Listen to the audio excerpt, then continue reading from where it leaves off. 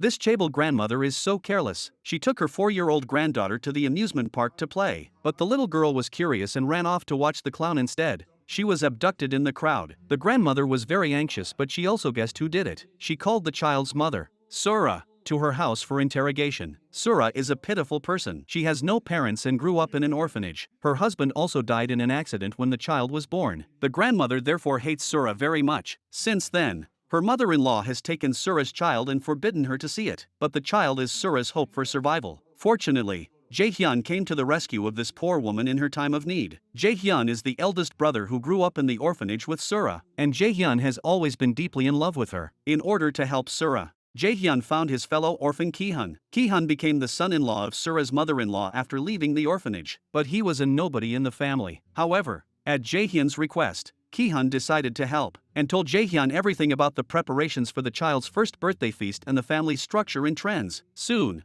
Jae-hyun came to the feast disguised as a guest with his friends, ready to steal the child. But things didn't go as smoothly as planned. After they changed their clothes, they hid the child under a cart. The baby cried when the chef questioned him. The mother-in-law realized something was wrong and immediately sent her henchmen to chase them. Jae-hyun finally handed the baby over to Sura and told her to leave quickly. At that time, the mother-in-law's people also caught up with them. Jae-hyun was obviously no match for them, and Sura, holding the baby, did not run. She hesitated and watched from the side. When the police arrived, they arrested Jae-hyun and also took the baby away from Sura. For the next 3 years, Jae-hyun served his time in prison. Sura also cried every day looking at the child's photo. This time, when the child was lost, the mother-in-law naturally pointed the finger at Sura and Jae-hyun. When they learned that Jae-hyun was still in prison and had not been released, everyone panicked. Could it be that the child had really been abducted?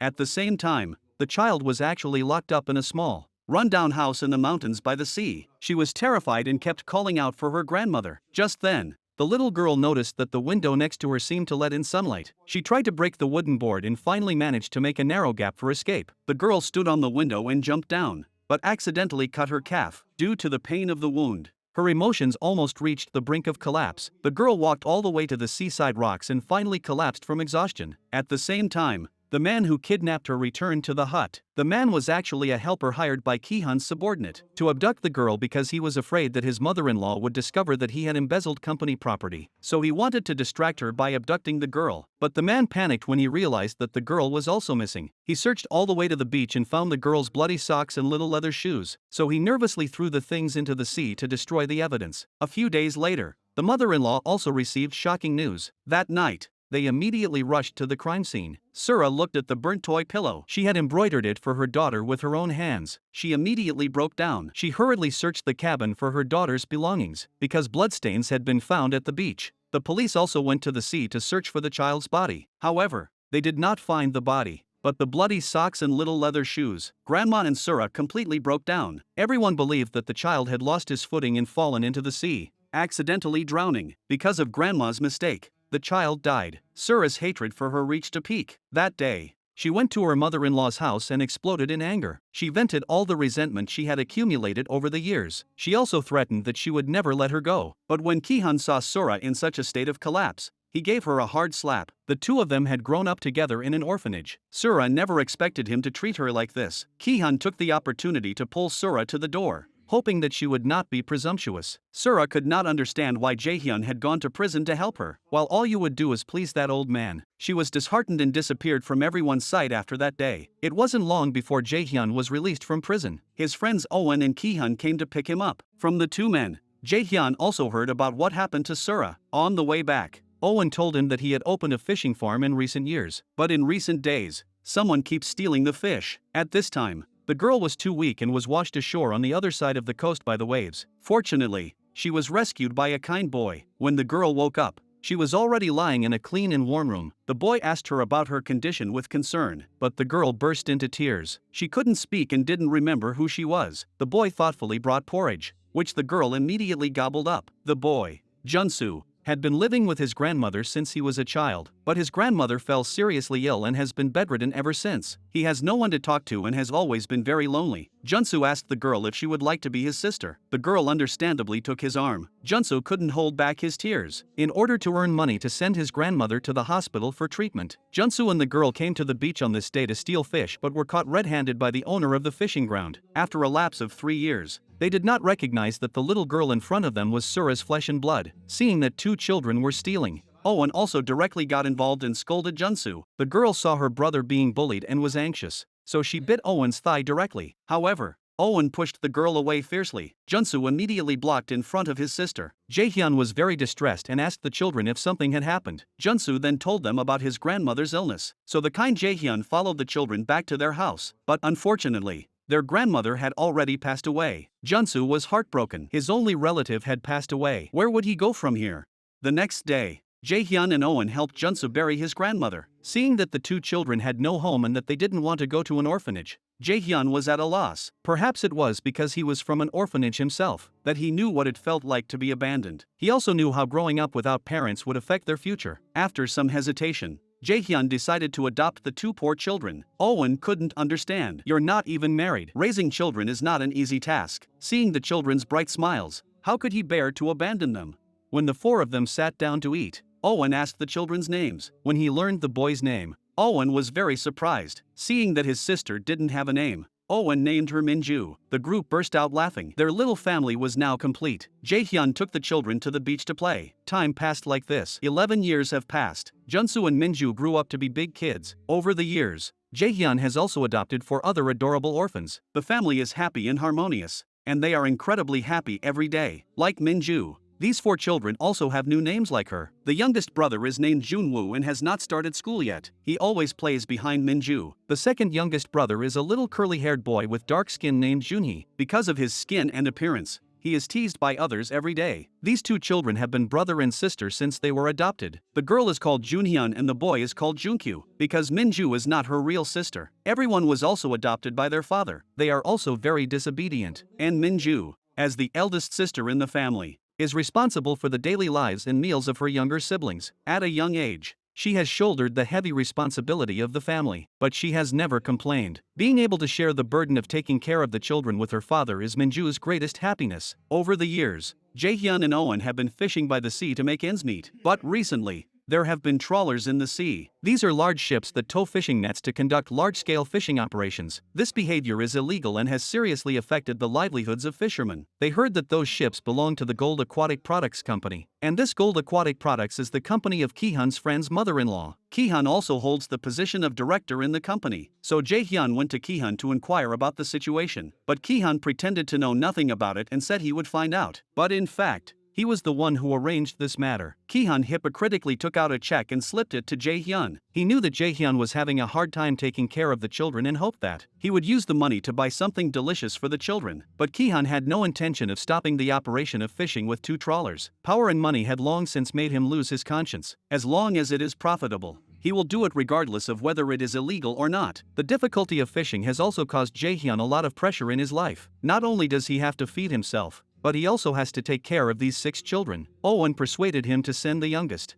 Junwoo, to an orphanage, because Minju also has a hard time taking Junwoo to school every day. But these words were just heard by Junwoo at the door. Although he is still young, he understands what an orphanage is. In order not to be kicked out by his father, Junwoo left home alone with his little school bag on his back. He also left a note for his sister. When they read the note, everyone became nervous. They immediately started to search for him. Junwoo also went alone to his sister Minju's school. But just then, a hand grabbed his school bag. Junwoo screamed and broke free from the man's grip, collapsing on the ground and crying his heart out. When he looked up, it was Minju's classmate. The boy's name was Yongkyul, and he was the worst student in the school. Every day when Minju brought her younger brother to school, Yongkyul would sneak out of class to play with Junwoo. Although Minju didn't like Junwoo playing with this almost stepbrother, Junwoo really liked this older brother. And Yongkyul was also the child that Kihyun had with his ex-wife before marrying into the wealthy family. So at home Yongkyul was always the least popular, and he was always bullied by his grandmother and stepmother's son. He pretended to be rebellious and hid his innate intelligence for fear of being targeted. When he learned that Junwoo had run away from home, Yongkyul also felt the same way. He had just run out after arguing with his family. The two sat on a stone bench and started chatting. Yongkyul asked Junwoo, Where do you want to go without any money? Unexpectedly, Junwoo took out a bunch of glass balls and said he wanted to sell them to take a plane ride. Yeol couldn't help but laugh. He took Junwoo's hand and wanted to take him out to eat something, but Minju came at that moment and grabbed his brother and wanted to take him back. Junwoo cried and said, "If I go back, you will abandon me again." Minju promised his brother that he would never do that. When Minju brought him back home, his father held up 5 fingers and asked everyone, "Which finger does dad bite that hurts the least?" Some said it was the pinky. Some said it was the thumb. The father told them to bite their fingers and see if it hurt. He told the children, "You are all fingers to your father." Junwoo burst into tears. Jaehyun also took out the gifts he had bought for them. The children were very happy. It is really a blessing to have a father by your side. That day, Minju and her brother were walking along the shore when they accidentally witnessed a drunk man lecturing his daughter. This was not the first time they had seen this father and daughter. The last time, the man was drunk and almost hit the two of them. The girl was also beaten and her face was bruised. Junsu subdued the man and took the injured girl home. But when Minju brought clean clothes, she found that the girl's body was covered in bruises. The next day, the girl went to the police station. She was going to report her father. And this man was the one who kidnapped Minju. Just 2 days ago, he hid a knife in the car. The girl tried to stop him from committing a crime but was beaten again. She gathered her courage and told the police about her father's robbery and murder last year. The police quickly arrested the man. When the man saw his daughter at the police station, he understood what had happened. After leaving, the girl went to the beach and wanted to take a cold shower, but looking at the waves at the bottom of the sea,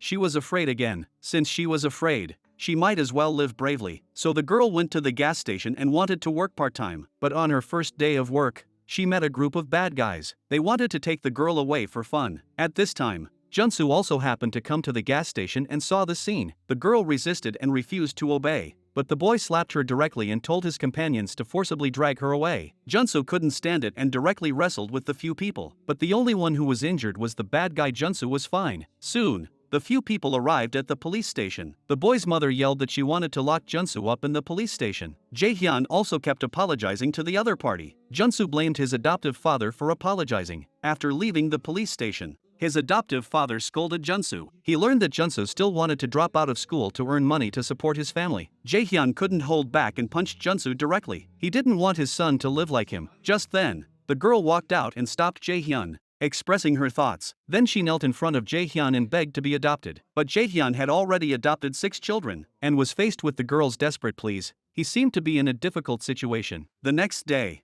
Jaehyun's family held a plenary meeting. Owen insisted on opposing him in adopting a child. Now that fishing is difficult, the children themselves can hardly afford to eat. What will you use to support this girl?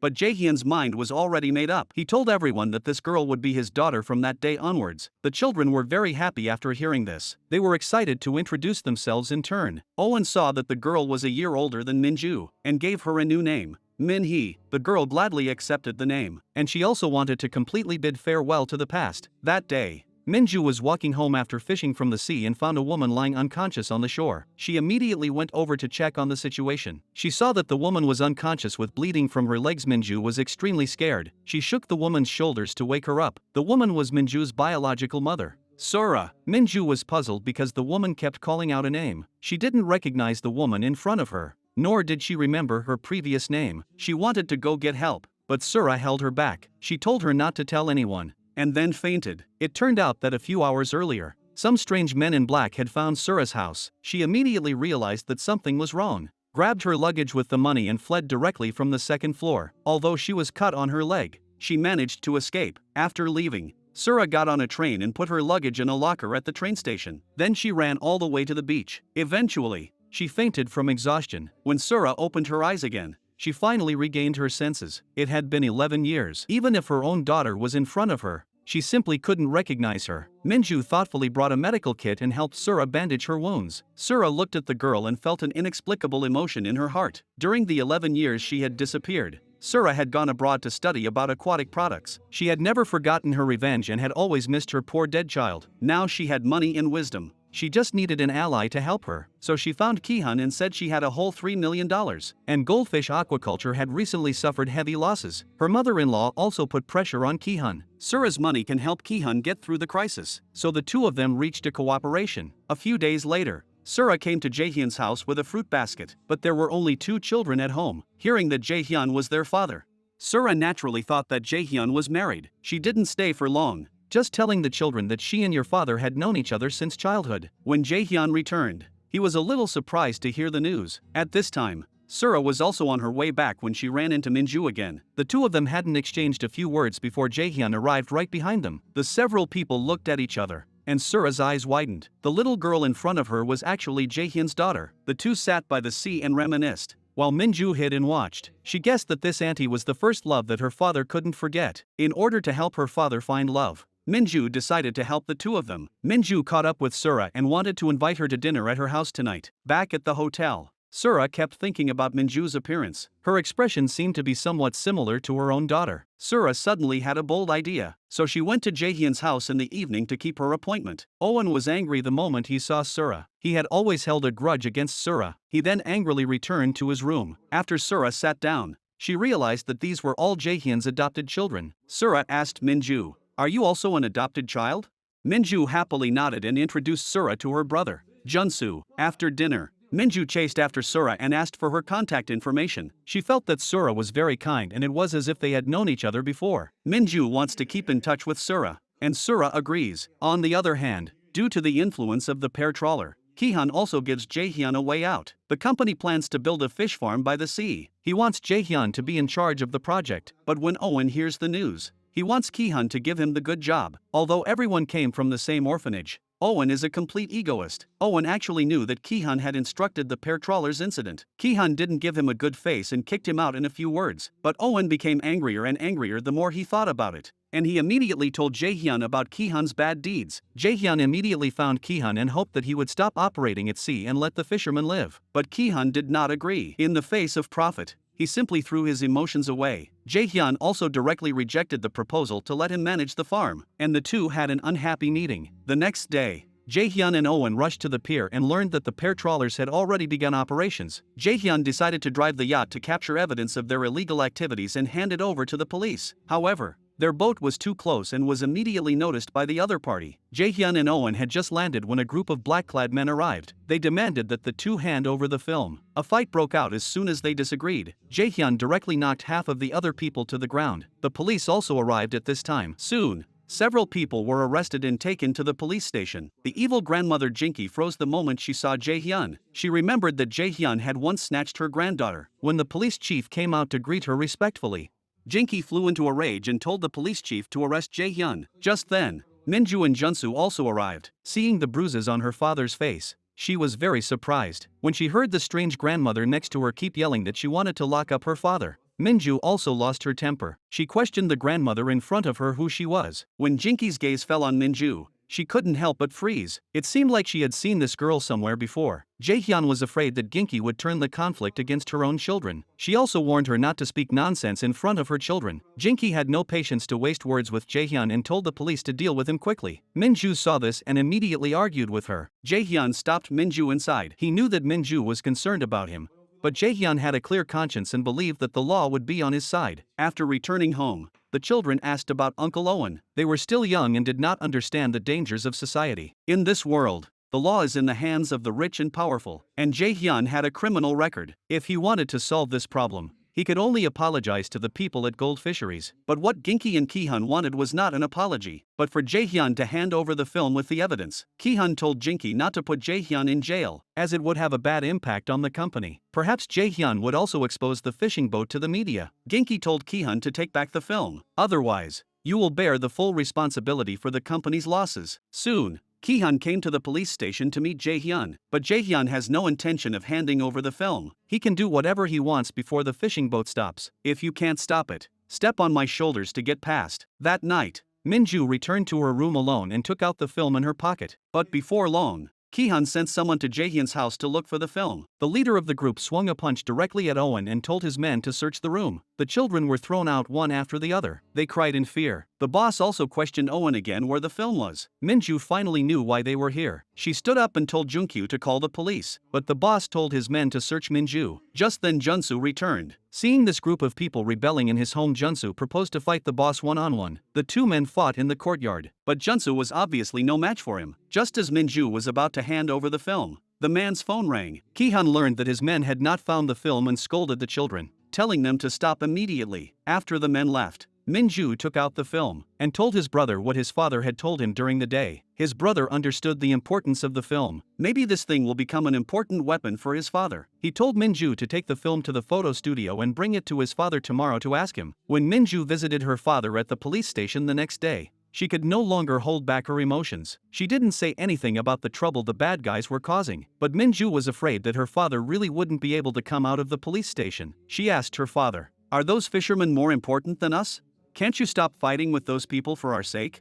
But Jae-hyun said, "People can't bully those who have no power just to live a good life." It wasn't long before a few officials came to Jae-hyun's house. Since Jae-hyun had been deprived of his parental rights, the officials were going to send all the children to an orphanage. Junsa tried to protect his younger siblings, but the man handcuffed him, and then several people forcibly dragged the 4 younger children onto the car. Minju rushed up to stop them but could only stand by the car window slapping at it. Watching the terrified faces of his younger siblings, Minju's heart was cut like a knife. But the car did not stop and just disappeared in front of Minju's eyes. Minju went to the police station and told her father about it. Jae-hyun broke down when he heard about it. Children are his weak point. He asked Minju to bring the film. Although that thing is precious, nothing is more important than children. Jae-hyun comforted his daughter. "As long as you give that thing to them, Dad can come out and be able to find his younger brothers and sisters." Because Minju had missed school for several days in a row, Owen's son also told Young-keol about this matter. Young-keol heard that it was caused by the fishing boat and also remembered the conversation between his father and grandmother last time regarding the pair trawler fishing boat and the film. They were both good things they did. Young-keol immediately got on his bike and went to find Minju. He wanted to know which orphanage the children were sent to. Minju shook off his hand,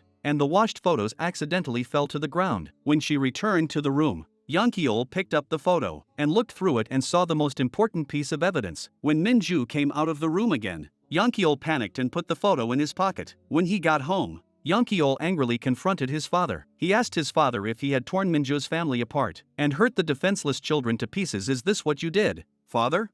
Then Ki-hyun handed the film to Jinki. After watching Jinki destroy the film, Ki-hyun also said that he would notify the police and propose a settlement to release Jae-hyun. However, Jinki changed his mind and said that he had never wanted a settlement. Now that the evidence is gone, as long as that person goes to prison, everything will be resolved. Ki-hyun didn't expect Ginki to go back on his word. He tried to persuade Dinky to reconcile with Jae-hyun, but was scolded instead. Ki-hyun immediately didn't dare to speak in front of his mother-in-law. He was just a coward. The next day, Sura came to Jae-hyun's house and saw several men and 3 big children in a standoff. She went up to ask about the situation, but was told that the children were about to be sent to an orphanage. Sura said that she was their mother in order to protect the children. However, when the staff checked the files, there was no record of the children having a mother. Facing the staff's questioning, Sura told him with righteous words that the children's father was currently at the police station and had not been imprisoned or tried. "You have no right to arbitrarily take away custody." The man instantly lost his ground. The children have someone to protect them, so Sura stayed for the time being. He saw Minju crying while holding a picture book and became tearful. He took over the notebook. Minju was very worried about her younger siblings. They were all children abandoned by their parents. He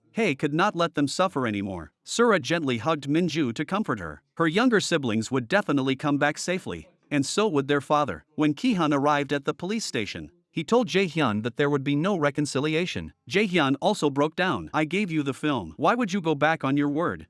He begged Ki-hyun to help him. He had to go out and be with his children. His children could not live without him. Soon, Sura also found Jinki. She knelt before Jinki, hoping that Jinki would let Jae-hyun go, but Jinki handed her a newspaper. It turned out that the news had already been exposed. Sura explained that it was impossible. "They had given you the film. Why would they do such a thing?"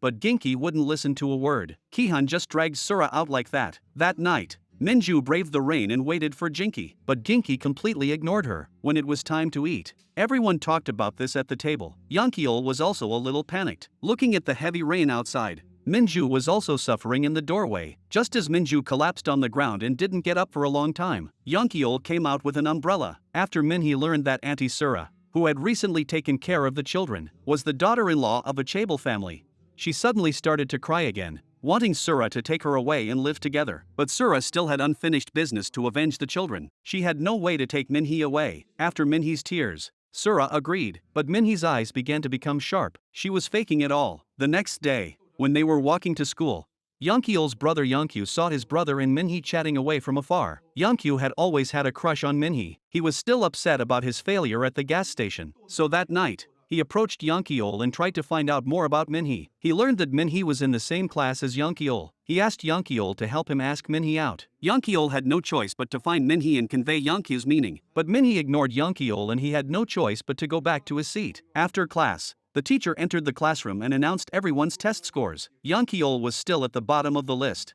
while the newly transferred Minhee was actually in first place. During the break, the teacher called Yeol to the office for questioning, but he couldn't understand Yeol, the guy who was going to inherit the company in the future. Minhee goes to the playground to find Yeol, who is having lunch with Minju. Minhee says she accepted her brother's invitation but needs Yeol to accompany her. But Yeol has already made plans to go to the movies with Minju the next day. He tells Minhee to forget about it. But Junwoo has a good idea for the girls. Why don't the four of them go to the movies together? So the next day the two sisters arrive at the movie theater together, waiting for Yeol to arrive with Yeonkyu. The two sisters froze the moment Yeonkyu took off his helmet. Isn't this the man who tried to do something inappropriate to Minhee? Yeonkyu greeted the two of them. Yeol was also curious and asked, "Do you two know each other?" Minhee was scared and wanted to walk away, but Yeonkyu grabbed her hand. Passers-by gathered around, and Yeonkyu felt ashamed. He asked Yeol to take Minju away. However, Minju walked up to Yeonkyu and shook his hand off. Yeonkyu was angry and tried to hit him with a wave of his hand, but his younger brother stopped him. He directly lectured his younger brother. At that moment, Minju picked up the broom by the roadside and hit Yeonkyu hard, seeing that the street was full of passers-by. Minju also told Yeonkyu about the time Yeonkyu tried to assault his sister. Yeonkyu had no face to continue. He said something harsh to Yeonkyu, put on his helmet and fled. After Yeonkyu left, the confused Yeonkyu apologized to the two. He didn't know that his brother had done such a thing. Minhee said it was okay and also planned to leave first. Yeonkyu knew that Minju missed his sister, so he took the initiative to tear up the movie tickets and let Minju go with her. But Minju was also worried about Yeonkyu, so the two of them officially started their date for the day. Together, they tried out cute toys on the street and played around. They also bought cotton candy from the street to relax, looking at Yeonkyu in front of her, who had been entertaining her. Minju also revealed a long-lost bright smile, because Sura was about to leave. She also brought Minju to the store on this day to buy a special gift for the children. But on the way back, a car stopped in front of them. Sura's expression instantly became tense, and the object in her hand could not help but fall to the ground. Seeing Sura like this, Minju worriedly asked about the situation, but Sura turned her head and began to run away. Seeing that Minju had been arrested, she could only run back again. She told the men to let Minju go. The child is innocent. So the men let Minju go and took Sura to the car. Minju stood outside the car, helpless and unable to do anything. She could only watch as the men took Sura away. Sura was brought before an old man in white clothes. It turned out that her $3 million had actually been stolen. Listening to the chairman in front of her, she counted that she still had to pay interest on top of that. Sura also knelt on the ground and prayed that he could help her. In the future, she will use more money to pay you back. The chairman immediately told his men to drag Sura out. Unexpectedly, Sura picked up a glass shard. The chairman questioned her as to what she wanted. Sura told him, "As long as you let me go, I will pay you back many times over." And then she told the chairman her purpose, learning that she wanted to use the money to take revenge on her mother-in-law. And Jinky from Wangjiam Fisheries was her mother-in-law. The chairman also said that he could let you go, but I also have to get involved in this matter. Together we will take over Wangjiam Fisheries, in order to keep an eye on Sura so that she doesn't run away. The chairman also ordered his men to send Sura back to Jaehyun's house. Coincidentally, Jaehyun returned home at this time and saw these men arguing with Sura. After the men left, Jaehyun asked Sura what was going on. Sura did not tell the truth, but just explained that she had lost a little money when she opened the restaurant before. When they learned that Sura's aunt had returned, the children were very happy. However, Minhee actually drove her younger brothers and sisters out of the house, saying that she wanted to take care of her aunt alone. In the room, Minhee cried into tears as she looked at Sura's injured hand. When Minju rushed in, Minhee also got up and left the room. Minju was very worried about Sura. She witnessed the men dragging her aunt into the car. Fortunately, she was able to return safely. She learned that her aunt Sura owed a little debt outside. The sensible Minju even took the fish she raised to the market after class to sell. The woman next to her, who also sold fish, accused Minju of selling fake fish. The woman soon recognized the woman in front of her as the president of the Gold Aquatic Products Association. The president helped Minju out. From her experience, the fish with long scales on the tail is the real mandarin fish. Children don't have much weight, but everyone trusts the president's words. After learning that the fish only sells for 10,000 won per catty, Jinky also questioned, "Can you make money selling it like this?" Soon, all the fish brought by Minju were sold out. Jinky, who had returned from her stroll, also felt a bit regretful. She also wanted to buy some to take back. So Minju took Jinky to her fishing farm. And Jinky was amazed to see Minju raising fish in such a small place. You're at the age to have fun, but you've already achieved so much. Jinky looked at the small fish pond and thought that she had also started in such an environment. Minju wanted to give the fish to her, but Jinky insisted on paying. Raising fish is important, but selling fish is no small matter. Soon the fishmonger complained to Minju's father. No matter how hard life is, you can't let your child sell fish. She blamed Minju for stealing her business. Jae-hyun, who had heard the news, immediately called Minju into his room and began to criticize and educate her. He felt that Minju was not studying hard enough and selling fish at the market had made him lose face. Have you run out of money? Isn't the money dad gives you enough?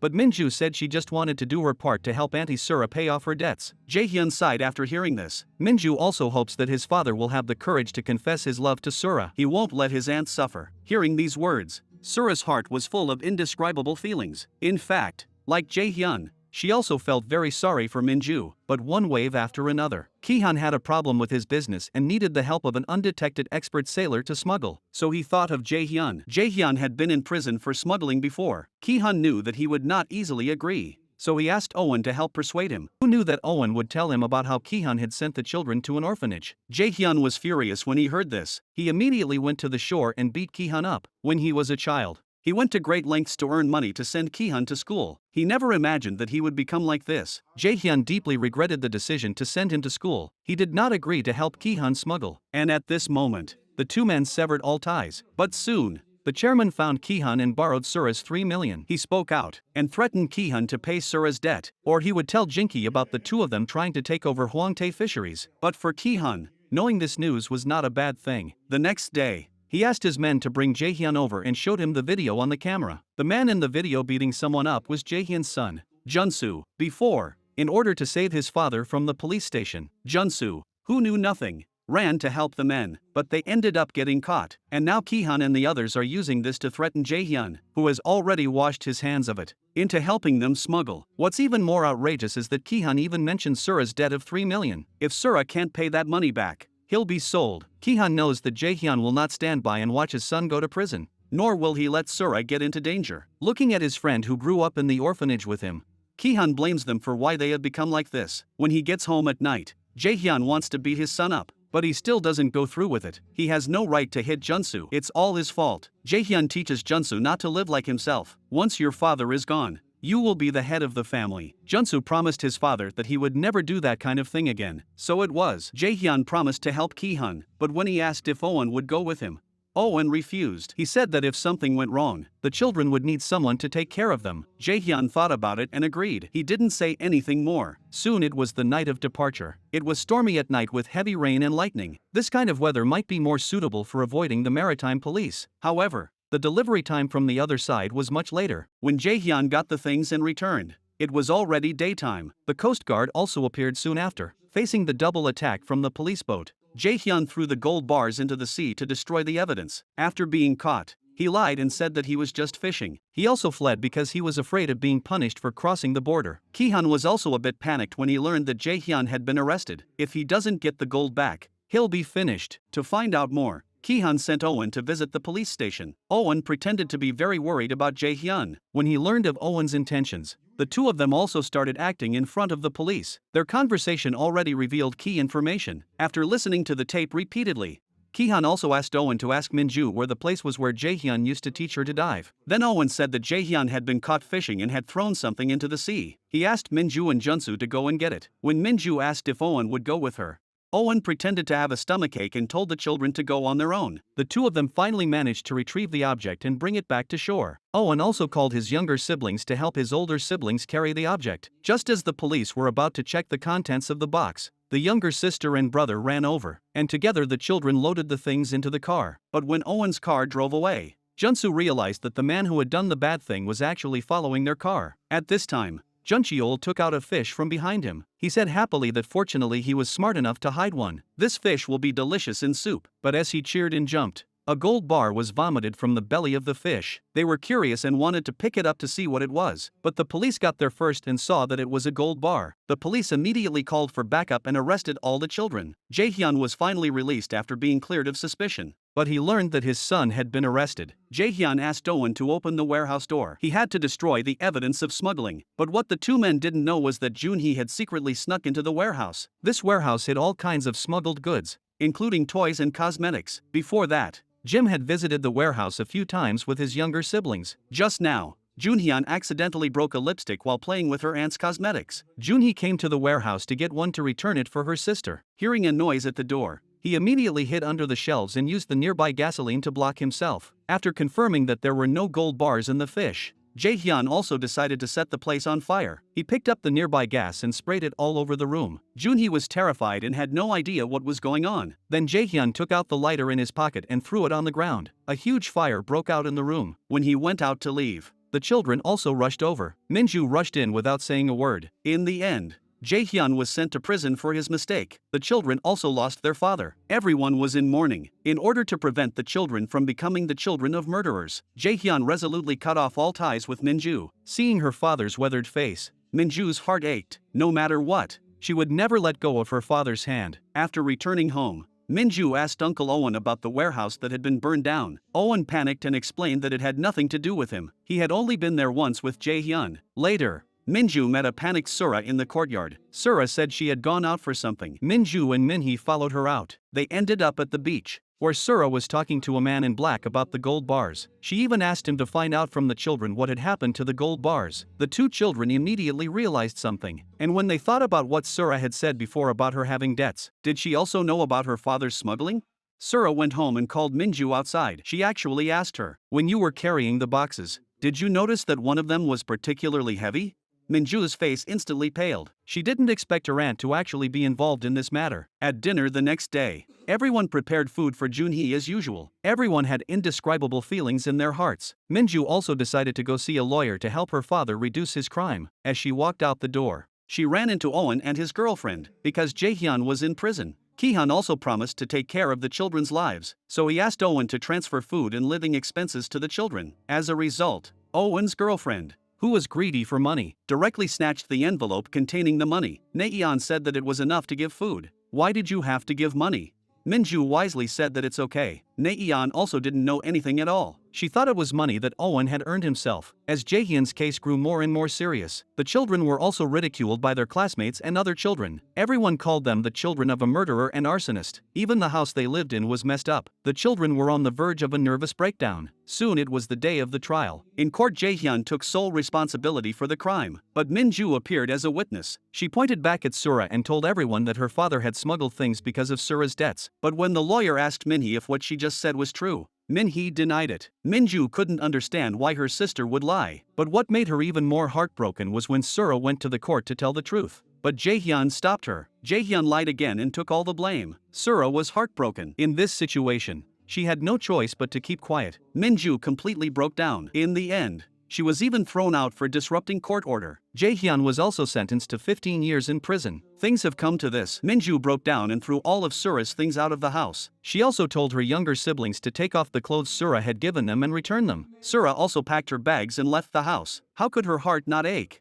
Sura walked to the beach, lost and disoriented. Minhee also chased after her at this time. She said that she could not stay in that house either. "I only lied for you because I didn't want you to get hurt." Minhee wanted Sura to take her with her, but she refused. Sura said she didn't know where to go and that she couldn't take care of anyone. After leaving, Sura went to the old man Jace and let him do whatever he wanted with her. But just now, Jace signed a contract with Ki-hyun to distribute the gold aquatic products in the future. He also decided to let Sura go and let Sura work under him. So Sura made a request, which was to let her bring a child back to raise. Soon Sura returned to Minju, because Junsu was Minju's biological brother. She hoped Junsu would agree to let her take Minju with her. She was sure she could give Minju a good life, but obviously Minju would not agree. But these words were heard by Minhee, who was full of ulterior motives. After the few people finished talking, Junsu took Minju outside. He felt that his sister was having a hard time, and hoped that Minju could leave this place with Sura and live a good life. Facing Auntie Sura's wish to take her away and raise her, Minju resolutely refused. But then Junsu told Minju, "We're not really siblings. You're just a child I picked up on the beach." This news was like a bolt from the blue for Minju. She couldn't believe it was true. When Minju returned home, Her younger siblings couldn't hold back their tears. They were afraid that their sister would really leave them behind and go with that auntie. In order to reassure her younger siblings, Minju threw Sura's contact information directly into the trash can. But Minhee looked at the trash can and once again, a wicked idea came to her. That night, Minhee packed her things and prepared to leave. Minju saw this and tried to stop her, but Minhee told Minju with righteous indignation that she no longer wanted to be the daughter of a murderer. You guys will all be sent to an orphanage anyway. I'm just leaving a little earlier. Watching her sisters departing back, Minju felt indescribable emotions in her heart. Minhee arrived at the bus stop and looked at the contact information in her hand. She took out the pills she had prepared beforehand. Then she walked dazedly onto the main road, with the sole purpose of getting a passing driver to find and contact Sura. Sure enough, her plan worked. Sura received the message and hurriedly ran to the hospital. Looking at the weak girl in the hospital bed,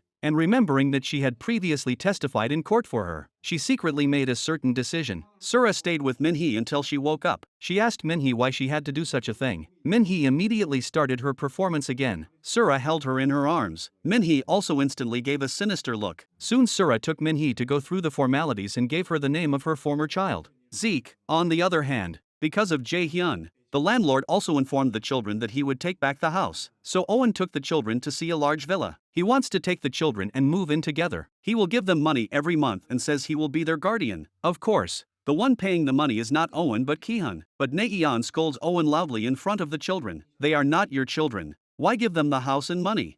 Jinki is worried about Minju after reading the news about Jae-hyun in the newspaper and comes to plead with her. She asked her grandson about Minju's situation and asked him to bring Minju to the house. The next day, Minju was invited to Jinki's house as a guest. Jinki knew that Minju must have had a hard time bringing her younger siblings along, so she wanted Minju to come and work for her. Minju immediately stood up and thanked the chairman for giving her the opportunity. Yeonkyul rode his bicycle to take Minju home. During this time together, the two of them also developed some feelings for each other. Minju leans her head against Yeonkyul's body, and Yeonkyul also reveals a bright smile. When they arrive at the door, Minju even takes the initiative to kiss Yeonkyul's cheek, but the ambiguous atmosphere between the two was seen by Junsu. When he learned that Minju was going to work at Yeonkyul's house, Junsu firmly disagreed. He didn't want his sister to spend time with Yeonkyul and didn't want his sister to have anything to do with Wangjium Fisheries. Meanwhile, Yeonkyul was secretly investigating Jaehyun's grievances. He finally found out that his father's subordinate, Dong-hyun, even asked his father to help with the investigation. But how would he know that the real culprit behind the scenes was his own father?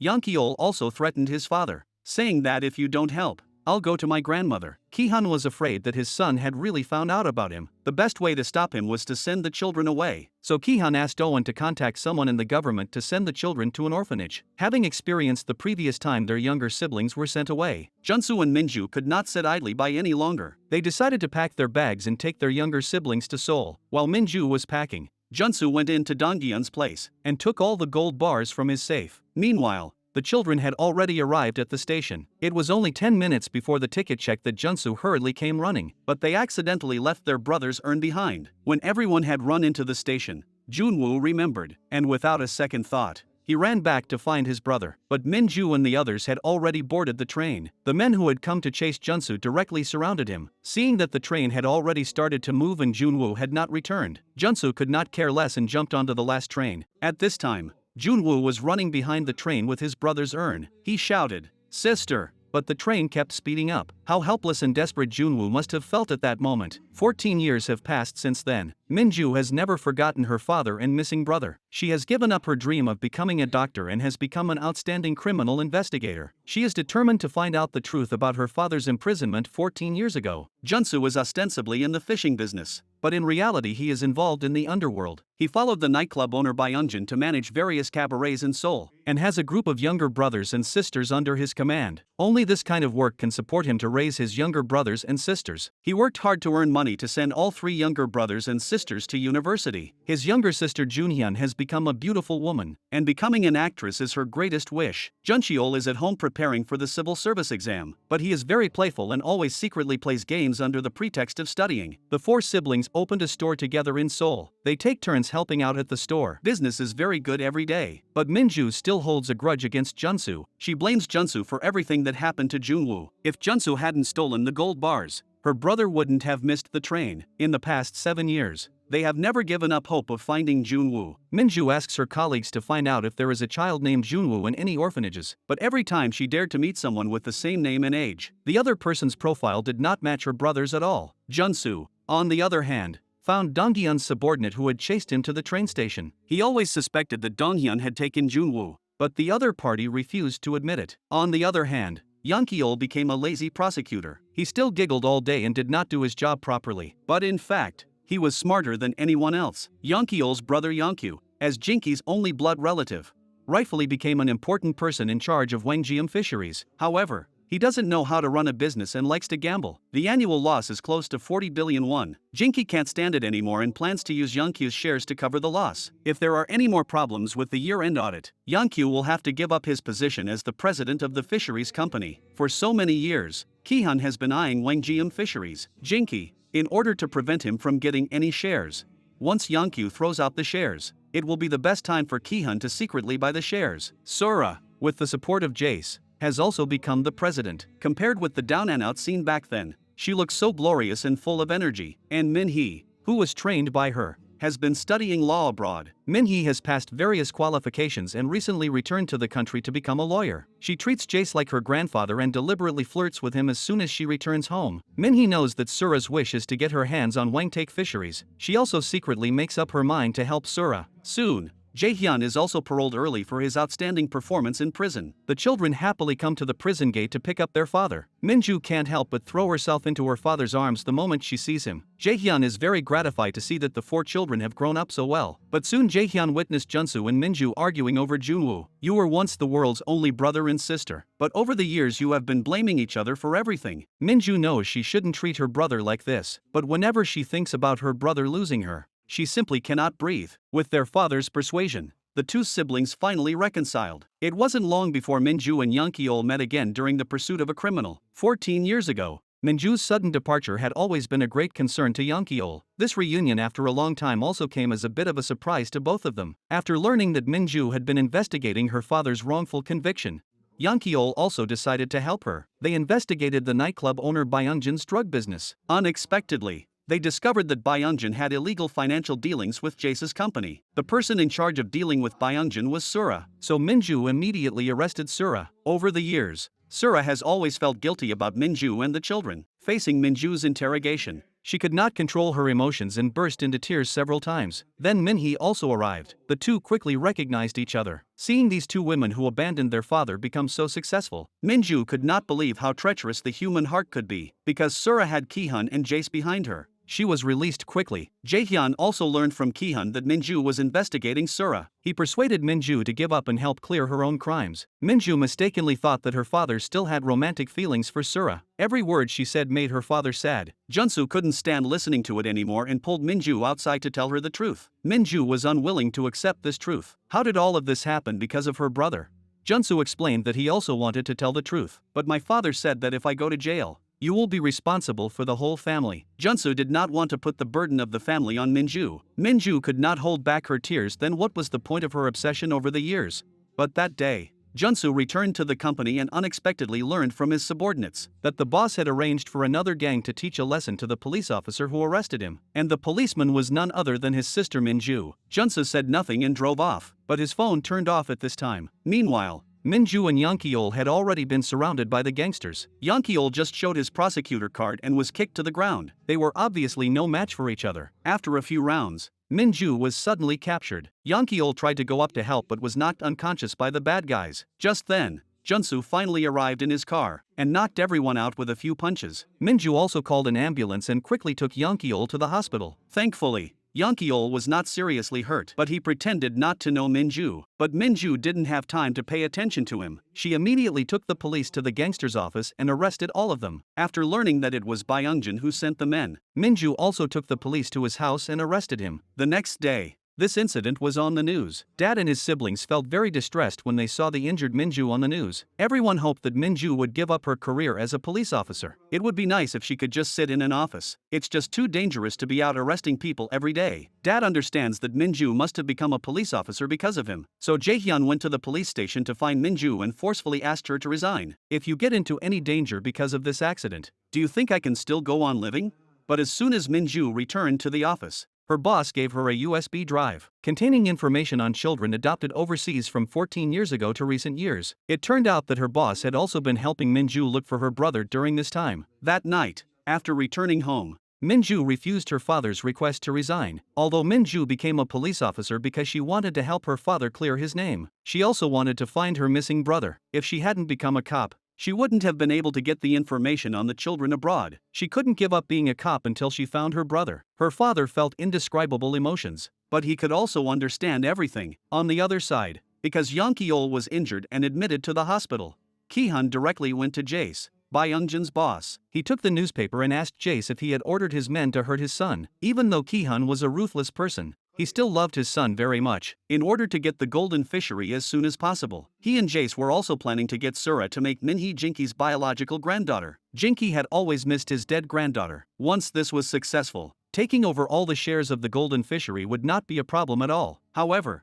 Sura had always been opposed to this. She didn't want Minhee to get involved either. But Minhee actually used her beauty to get close to Yeonkyu and became the legal advisor of the golden fishery. She took advantage of Yeonkyu's desire to make up for the company's losses, and planned to take over all the shares in Yeonkyu's hands in one fell swoop. Minhee asked Sura to take 10 billion from Jace's company to buy Yeonkyu's shares. Don't tell Jace and Ki-hun about the shares that were secretly taken. But the lawyer did not stand by Sura's side. After learning about Sura and Minhee's little scheme, Jace flew into a rage at Sura, but his health was already poor, and he fainted from internal bleeding after a few words. Jace's condition began to deteriorate, and the doctor also directly indicated that he could prepare for the funeral. So Ki-hun began to plan to swallow up all of Jace's assets, and get back the contract he signed with him 14 years ago. But now the tricky thing is that Jace also has a daughter who is not on good terms with him and is abroad. Soon, Ki-hun began to negotiate with the lawyer, and asked him to draw up a will that would allow Sura to inherit the company. Sura also successfully obtained the bank bonds in the vault in Ki-hun's contract, but Minhee said that this must not be given to Ki-hun. This is his weakness. Perhaps this will also become our last weapon. Although Minhee is a very calculating person, she is smart and uses her brain for Sura's sake. It seems that there will be trouble in the future. That day,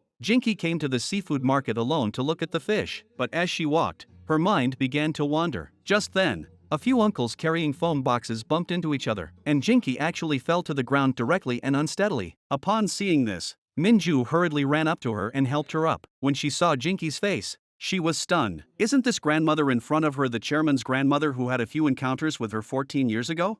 Jinki finally recovered, but at this time, her mental state was not yet strong enough to catch up with Minju. Soon, Jinki went to the hospital for a comprehensive examination. The doctor told her that her condition was already quite serious and was deteriorating rapidly. Slowly, she would begin to lose her ability to recognize people and to know who she was. She might also lose the ability to speak. Jinki panicked and asked the doctor how long she would be able to continue running the company normally. The doctor's answer was 1 month. After leaving the hospital, Jinki went downstairs to the company. Looking at the empire she had built with so much hard work, she had no idea what to do. Her only grandson was so unworthy. Did she really have to watch the company fall into other people's hands? That night, Jinki found Yeol and asked if he had been in contact with Minju. She asked for Minju's phone number. The next day, the two met again at a coffee shop. Minju asked Jinki about yesterday. Jinki was also embarrassed to thank Minju. During their conversation, she learned that Minju had become a police officer. Jinki also asked Minju if he could quit his job as a police officer and come to Golden Aquatic Products to work for her. When they were children, Minju had promised to repay her, and Jinki had never forgotten. But Minju was worried about his younger brother and was unable to resign. He just invited Jinki to come to his sashimi restaurant to try his cooking if she had the chance. Not long after, Jace's daughter Bruce also returned to the country because of her father's death. As soon as she returned to the country, Sura took over her father's company, which made her very angry. However, Sura legally inherited Jace's company. Bruce was speechless after reading the suicide note. She strongly demanded that Sura bring all the bond assets left by her father. However, Sura scolded her for being too greedy. She did not help her father manage the company during his lifetime, and now she is taking over the company's assets. With no choice, Bruce went to the company's nightclub. She also became the boss here as a matter of course. Bruce told Junsu that he would be working under him from that day onwards. She even specifically investigated Junsu's identity. That day, Minju introduced her father to a matchmaking partner through a colleague. Her father didn't want to go, but didn't want to disappoint his children, so he went. However, as soon as the other person came up, he asked Jaehyun how much he earned per month and whether he would live with his children after marriage. Jaehyun knew in his heart that the two of them were not a good match, and in fact, there was always someone in his heart that he could not let go of. That was Sura. During the 10-odd years Jaehyun has been in prison, Sura has been writing to him, but Jaehyun has never opened a single letter, until the other day when he finally did, and his heart began to waver again. After the blind date, Jaehyun returned home to the building's entrance, but Sura had been waiting there for a long time. Jaehyun didn't want to get involved with Sura again. He had a criminal record, but Sura embraced him from behind with tears in her eyes. Jaehyun could no longer hold back his emotions at this embrace, and this scene was witnessed by Minju, who was returning home from afar. Sura and Jaehyun sat aside. Jaehyun had always regarded Sura as his younger sister, and now he finally had the courage to face everything. They finally confirmed their feelings for each other. But Minju didn't want her father to have any more entanglements with this woman. After the two parted, Minju also found Sura. She has never been able to let go of the fact that her father had gone to prison for her instead of her. Not to mention that Sura had recently been arrested by the police for illegal money laundering at her company. Minju knows how much her father loves Sura. If Sura were to encounter any danger, her father would definitely sacrifice himself for her again. Sura is very sad, but she also understands what Minju means. She has already begun to move away from the idea of revenge. When she returns home at night, Sura tells Minhee that she wants to stop. She had already earned enough money to support herself in the future, and didn't want to continue this war of deception. But Minhee's ambitions didn't stop there, so she turned to her mother and told Kihyun what she had in mind. Kihyun took the opportunity to reveal his own plan. He wanted Minhee to pretend to be Jinki's granddaughter, Zeke. The next day, she went to see Kihyun again. Kihyun was overjoyed at Minhee's decision, but Minhee had two more problems that she wanted Kihyun to solve. The first was to prevent Ginki from giving her grandson Youngkyu the shares. The second was that Youngkyeol and Minju had learned about her past and were still meeting. If they revealed themselves together, all their plans would fail. Minhee remembered that when she met Youngkyu during the day, she accidentally ran into Youngkyeol. Youngkyeol had inadvertently revealed his true identity while eating. Not only did he say that Minhee was too clever and might take over Wanggyeom Fisheries, he also said that she looked very familiar, as if they had met before. Minhee asked Kihyun to help her deal with this matter. He would take care of her mother's side, out of curiosity. Minhee also asked Kihyun about the whereabouts of the real chaebol's granddaughter. She learned that Zeke went missing when she was 5 years old. Everyone found her bloody socks and belongings at the beach, but no body was found. Minhee also remembered hearing Minju and Junsu talking 14 years ago. She couldn't believe it. Could Minju be the lost granddaughter of Hwangtae Fisheries? When she returned home that night, Minhee pretended to agree with her mother in front of Sura. She also pretended to be a good girl and apologized to her mother. But in fact, she was just taking advantage of Sura's love for her. She also asked Sura why she wanted to take Minju away 14 years ago instead of any other child. Sura then told her about the familiarity she felt towards Minju. This only strengthened Minhee's belief in her suspicions. Meanwhile, Youngkyeol transferred Minju to his team to work on the case together, but his ulterior motive was simply to spend more time with Minju. In the evening, Youngkyeol took Minju to the top of a hill in the park where they could see the night view. Seeing that Youngkyeol was wearing thin clothes, Minju took off her jacket and gave it to him. But looking at Minju's beautiful face, Youngkyeol couldn't help but embrace her from behind. He had never forgotten Minju in the 14 years since they had met, but he had never expressed his feelings. The two of them now embraced tightly, neither of them saying anything. Under the guise of investigating the case, Youngkyeol took Minju to the store to buy a lot of clothes, but Kihyun found Minju on this day. Breaking up the two of them was the first step of his plan. He told Minju not to stay by Youngkyeol's side anymore. In the future, Youngkyeol is going to inherit Hwangtae Fisheries. Youngkyeol cannot be seen with a daughter with a criminal record. Minju wanted to tell Youngkyeol about Kihyun's visit. Instead, she accidentally witnessed Youngkyeol supporting Minhee as they walked out of the restaurant. Seeing the two of them so affectionate, Minju felt indescribable emotions. But how could she know that Youngkyeol did not have the slightest favorable impression of Minhee?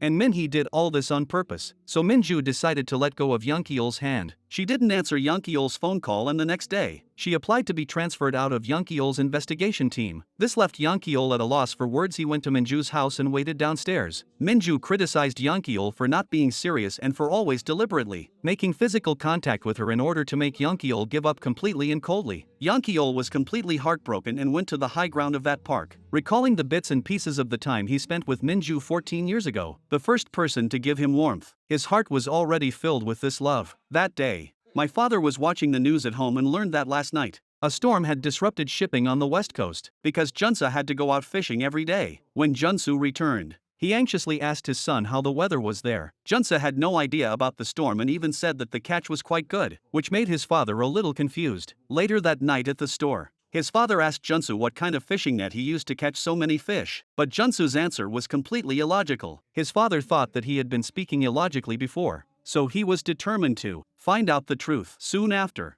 Junsu received a phone call and hurriedly left. His father also decided to follow him to find out the truth. So his father took a taxi and followed Junsu's car all the way to the entrance of a nightclub. When Junsu came out again, he had changed into a suit and was followed by a group of gangster subordinates shouting "Big Brother." After witnessing everything with his own eyes, Dad's anger reached its peak. When his son returned to the store, Dad took him outside to the park and punched him angrily. Junsu felt very aggrieved in his heart. 14 years ago, they had no money or food. They had nowhere to live when it rained. In order to support his younger siblings, he had done many jobs. He did whatever he could to earn money, but after paying the rent, there was nothing left. Minju wanted to drop out of school and work, and Junhyun also suffered from conjunctivitis and nearly died. Dad hugged Junsu in his arms. He had told his son not to live like him. The father and son could not hold back their tears. Their fate was really miserable. After recovering, Dad persuaded Junsu to leave that place, but Junsu was caught in a trap. If he wanted to leave the organization, he had to pay a penalty of 1 billion won. Otherwise, they would tell the police everything. Junsu planned to pay off the debt next week and leave for good. When his father asked where he was going to get the money,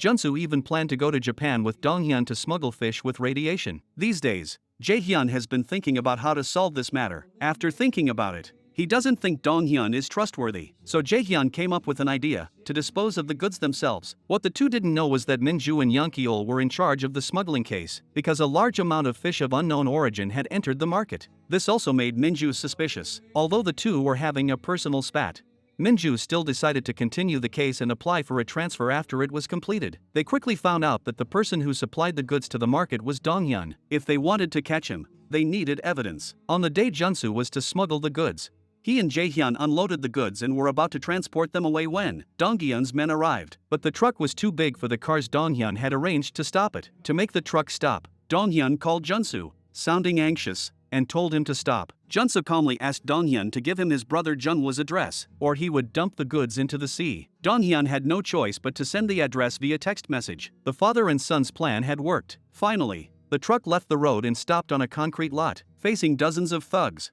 They remained calm, but soon the police arrived at the scene and arrested them. And the people who came were Minju and Yeonkiol. Minju raised his pistol and told the people on the other side to slowly turn around. But after the father and son turned their heads, Minju was dumbfounded. While Minju was in shock, Yeonkiol said that it was Jaehyun who called the police and gave him the address. Although the goods were seized, it was found from the departure list that Donghyun had already left the country 3 hours ago. Minju became suspicious. 3 hours ago, they had not yet received the goods. So why did they escape?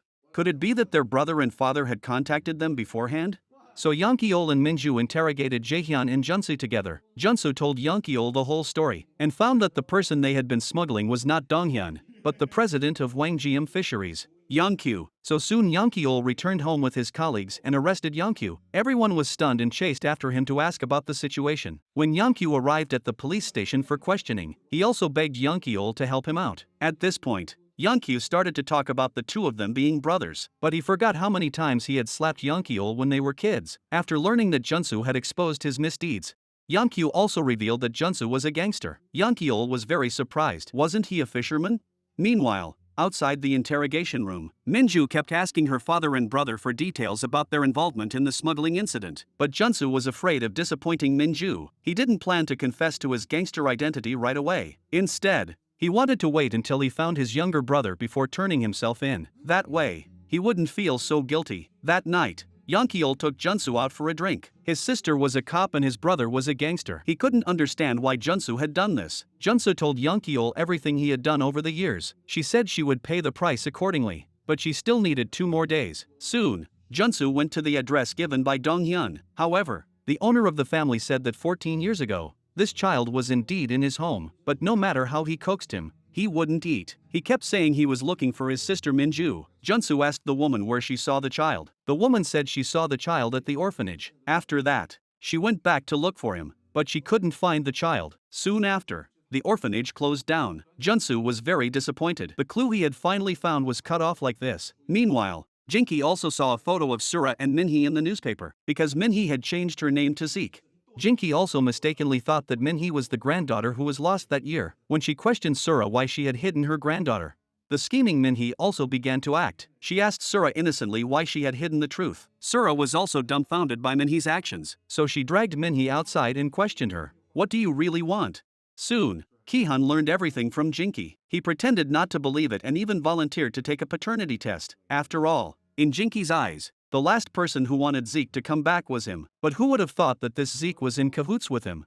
The next day, Ki-hun took a fake paternity test report and gave it to the father and son. Needless to say, Jinki completely took Min-hee for his long-lost granddaughter, and soon after, she took Min-hee back home. When the family asked Min-hee about her past, Min-hee even named her murderer and foster father Jae-hyun. When it was dinner time that night, Young-kyeol and Young-kyu were also shocked to see Min-hee. Young-kyu had always had evil intentions towards Min-hee. Young-kyeol, on the other hand, knew all about Min-hee's past, so Young-kyeol hinted that Min-hee was an imposter. He also began to investigate the woman's true past. Min-hee's first step towards gaining Jinki's trust was to gain the other person's trust, so she went back to Sura's office and took Young-kyu's share certificate and the contract signed by Ki-hun. Sura wanted to keep her at the last minute, even if she was not her biological daughter. She had raised Min-hee for 14 years. She had already regarded Min-hee as her own child. But Min-hee said that Sura had abandoned her. We just chose different paths. Seeing such a ruthless Min-hee, Sura regretted adopting her in the first place. Min-hee turned her head and gave Young-kyu's shares to Jinki to let her handle the emergency. But then Ki-hun told the two of them a bombshell of news. That is, Min-hee's biological father has been released from prison. Min-hee instantly panicked. If her father shows up, it's all over. Ki-hun saw Min-hee courting Jinki and also began to beware of this scheming woman. Jinki wanted to hand over Young-kyu's presidency to Min-hee directly, but was stopped by Ki-hun. He was afraid that Min-hee would be like Young-kyu because she had no management experience. He suggested that Jinki transfer Min-hee to the clothing company to gain experience. Min-hee's ambitions went beyond that. Knowing Ki-hun's ulterior motives, she stated her position unequivocally. Meanwhile, Min-hee's father, who had just been released from prison, actually had terminal cancer. His last wish in life was to see Min-hee again, so he found Jae-hyun and hoped that he could help convey his wish to Min-hee. But Min-hee had already hated her father to the bone. But Sura hoped that Min-hee would remember their blood ties. If you don't meet again, you may regret it for the rest of your life. Helpless, Min-hee had to meet her father. When he learned that Min-hee had become a lawyer, her father was overjoyed. But Min-hee didn't give him a good face. This father is like a nightmare to her, and the two had an unhappy meeting. Meanwhile, Young-kyeol has investigated all of Min-hee's past. That day, Min-ju came to the company to find Jinki but happened to deliver Min-hee and Ki-hun together. Jinki introduced Min-hee to Min-ju as his granddaughter. Min-ju suddenly felt incredible. At this time, Young-kyeol brought Min-hee's father in. Jinki immediately questioned him about the man next to him. Young-kyeol said that this man was Min-hee's biological father. He began to confirm with Min-ju that 14 years ago Min-hee had been adopted by Jae-hyun in their home. Min-ju also quickly recognized the man in front of him as Min-hee's biological father. Min-hee's father knelt on the ground and began to repent his actions. Jinki suddenly felt a little dazed. Young-kyeol took out the documents he had investigated, which clearly stated Min-hee's birth certificate from 1984, but until 1989. The real Zeke was still by Jinki's side, but Min-hee's father said his daughter was already dead, and the woman in front of him was the one he kidnapped. Jinki instantly collapsed. Is this you who kidnapped my granddaughter? And so the farce ended. Min-hee also experienced an instant journey from hell to heaven, in order to give her daughter a better life and to repent for his previous evil deeds. This father even became his daughter's accomplice. On the other side, Junsu also set off on the road to surrender, but he had already arrived at the entrance of the procuratorate when he received a phone call from his gangster nemesis. The other party, in order to take revenge on Junsu, kidnapped Bruce as a threat. In order to prevent innocent people from being hurt because of him, Junsu went to the warehouse without saying a word to save the beauty. As a result, Junsu was unfortunately injured during the fight. Just then, the police arrived and the bad guys immediately ran away. In a moment of desperation, Junsu grabbed the gangster's boss and beat him up. The moment he turned his head, Min-ju froze. She never expected the person in front of her to be her own brother. Junsu handcuffed himself with his own hands. He couldn't bear to see his sister's heartbroken and disappointed face. After bringing her brother back to the interrogation room, Min-ju couldn't hold back her emotions. She learned that Junsu had been a gangster for 10 years since he was 23 years old. Min-ju was completely disappointed. You knew I was a cop. Why did you do such a thing? A colleague came in and dragged the out-of-control Min-ju out of the room. Young-kyeol also decided to take charge of the case. After returning home, Jae-hyun also held a family meeting with the children. Except for Min-ju, Jun-hyun and Jun-cheol were able to understand Junsu's actions. At that time, Jun-hyun was ill and almost died. It was his brother who cried in the hospital, begging for money to pay for his operation. Everyone hoped that Min-ju would understand her brother. In fact, The one who was most heartbroken was actually her father. The next day, Minju went to the police station and resigned. She went to the interrogation room and took one last look at her brother. Soon it was the day of the trial. As the prosecutor, Yonkyol even began to defend Junsu. He listed one by one the things Junsu had done as a gangster. Junsu's actions were not hooliganism, but chivalry. He helped farmers drive off bandits and did his best to rescue kidnapped civilians. Junsu was also threatened into joining the gang. With Yonkyol's help, Junsu was eventually acquitted. However, Yonkyol, who took this action, was forced to be suspended for a month. Minju was very grateful for this, but she also feels guilty. The two finally overcame the obstacles and rushed towards each other. However, their love seems to have moved someone's cake. Minhee is afraid that after the two get together, they will join forces to reveal the truth about her background. She then asked Kihyun to find a way to separate the two. So Kihyun told Jaehyun about the two of them being in love, and wanted Jaehyun to persuade Minju to break up with him. But Jaehyun was only thinking of Minju's happiness, and then confirmed with Yonkyol about his daughter's future. Jaehyun did not object as long as the two children could firmly choose each other. That would be enough. But Yonkyol got angry when he learned that his father wanted to break up with Minju. He finally understood why Minju broke up with him last time. Things were getting more and more difficult, and Kihyun could only make the worst decision. That day, Yonkyol went to see Minju with a gift. But when Minju was crossing the street, a large truck came speeding towards them. Minju ran to Yonkyol's side to check on him, but Yonkyol started bleeding from the back of his head. He then fainted. Kihyun soon arrived at the hospital to check on his condition. Yonkyol had a broken arm and more than 20 stitches on the back of his head. Seeing his son in such a weak state, Kihyun angrily slapped Minju, but the person who caused the accident was himself. Kihyun turned his head and scolded Donghyun. On the other side, Minhee's father also passed away due to illness. Sura called Minhee, hoping that she could go and see her father off for the last time. Even if you hate him, he is still your biological father. Minhee said, he's the one who kidnapped me, not my father. Sura became more and more disappointed in Minhee. A person whose only concern is profit wouldn't even visit their own father when he passed away. Despite this,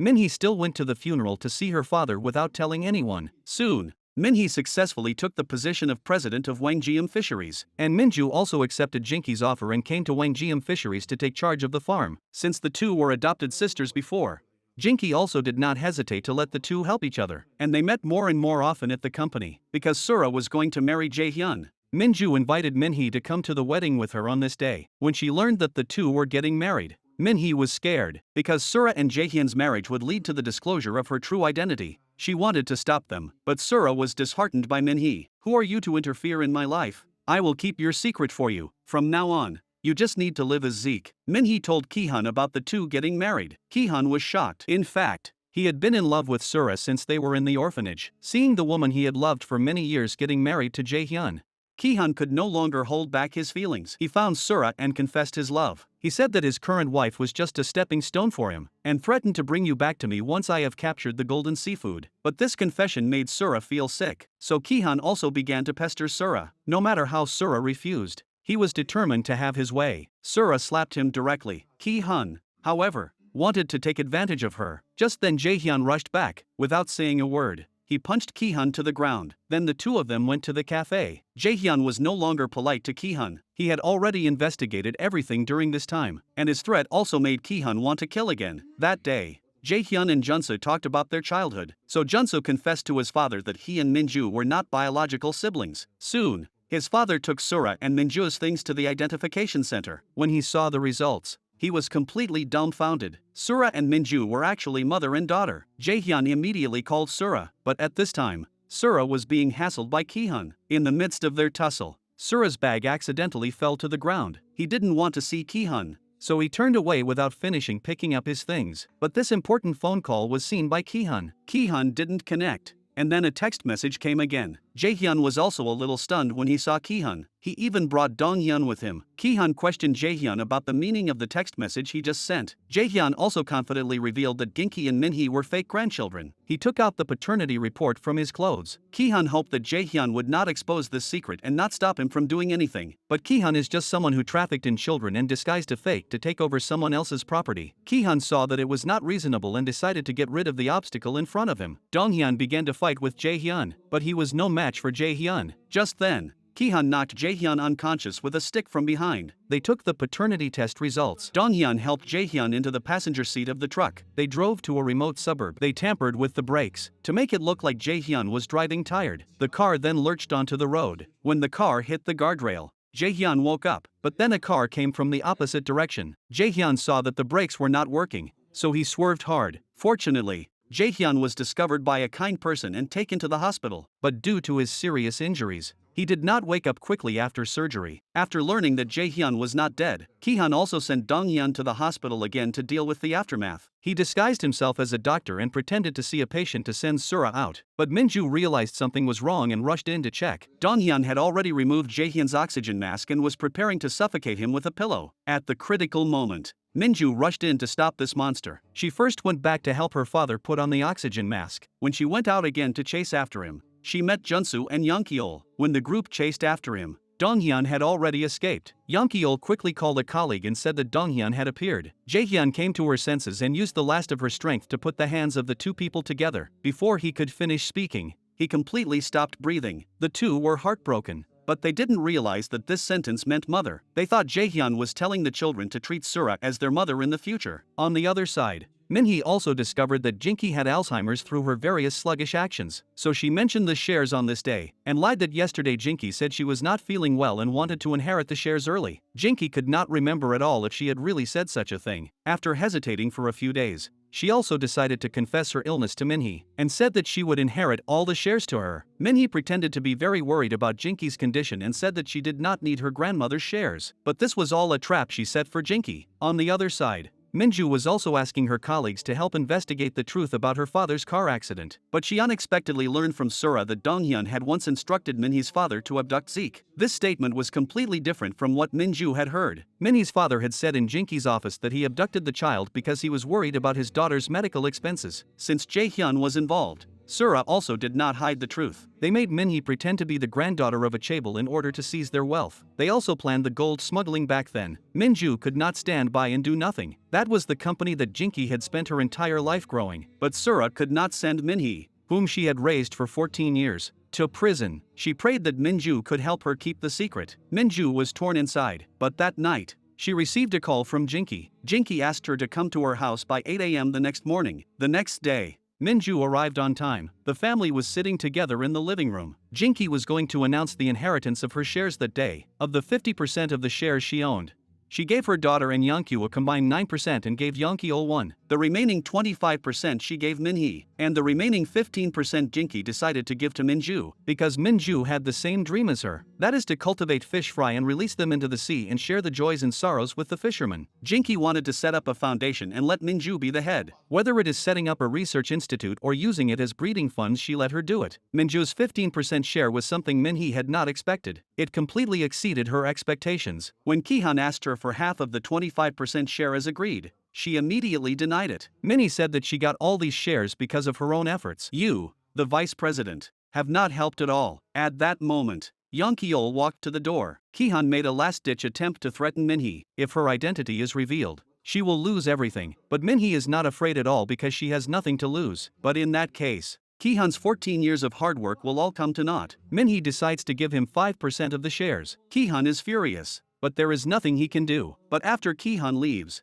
Minhee unexpectedly receives a call from Sura. Sura tells Minhee that Minju has found out her identity. Just as Minhee is anxious, Minju also appears in the company. She panicked instantly. She had to find a way to stop everything. Minju went to Jinki's office to tell her the truth. But just as she was about to speak, Minhee entered with the profit report. She began to take credit from Jinki in front of Minju. Jinki couldn't help but praise Minhee as her right-hand woman when she saw that this month's sales had skyrocketed. She said, "If it weren't for her, I would have died without closure." Minju saw everything, seeing that Jinki appreciated Minhee so much, and Minhee has also made great contributions to the company. Minju had to swallow the truth again, but after thinking about it, she decided to tell Young-keol, her closest friend, that Minhee was an imposter. It was all a plot devised by Young-keol's father, Jin-ki, and from her words, Young-keol also found a crucial clue, that Jae-hyun already knew that Minhee was an imposter. Young-keol had not given up investigating during this time. He discovered that the previous smuggling and Jae-hyun's death, and even Zeke, who was abducted 24 years ago, were all intricately linked to his father, but he had no substantial evidence, because everything pointed to Dong-hyun, and now Jae-hyun knew Min-hee's real identity. His father also had a motive for murder. The clearer the truth became, the more Yeol-'s heart ached and the more he felt sorry for Min-ju. Meanwhile,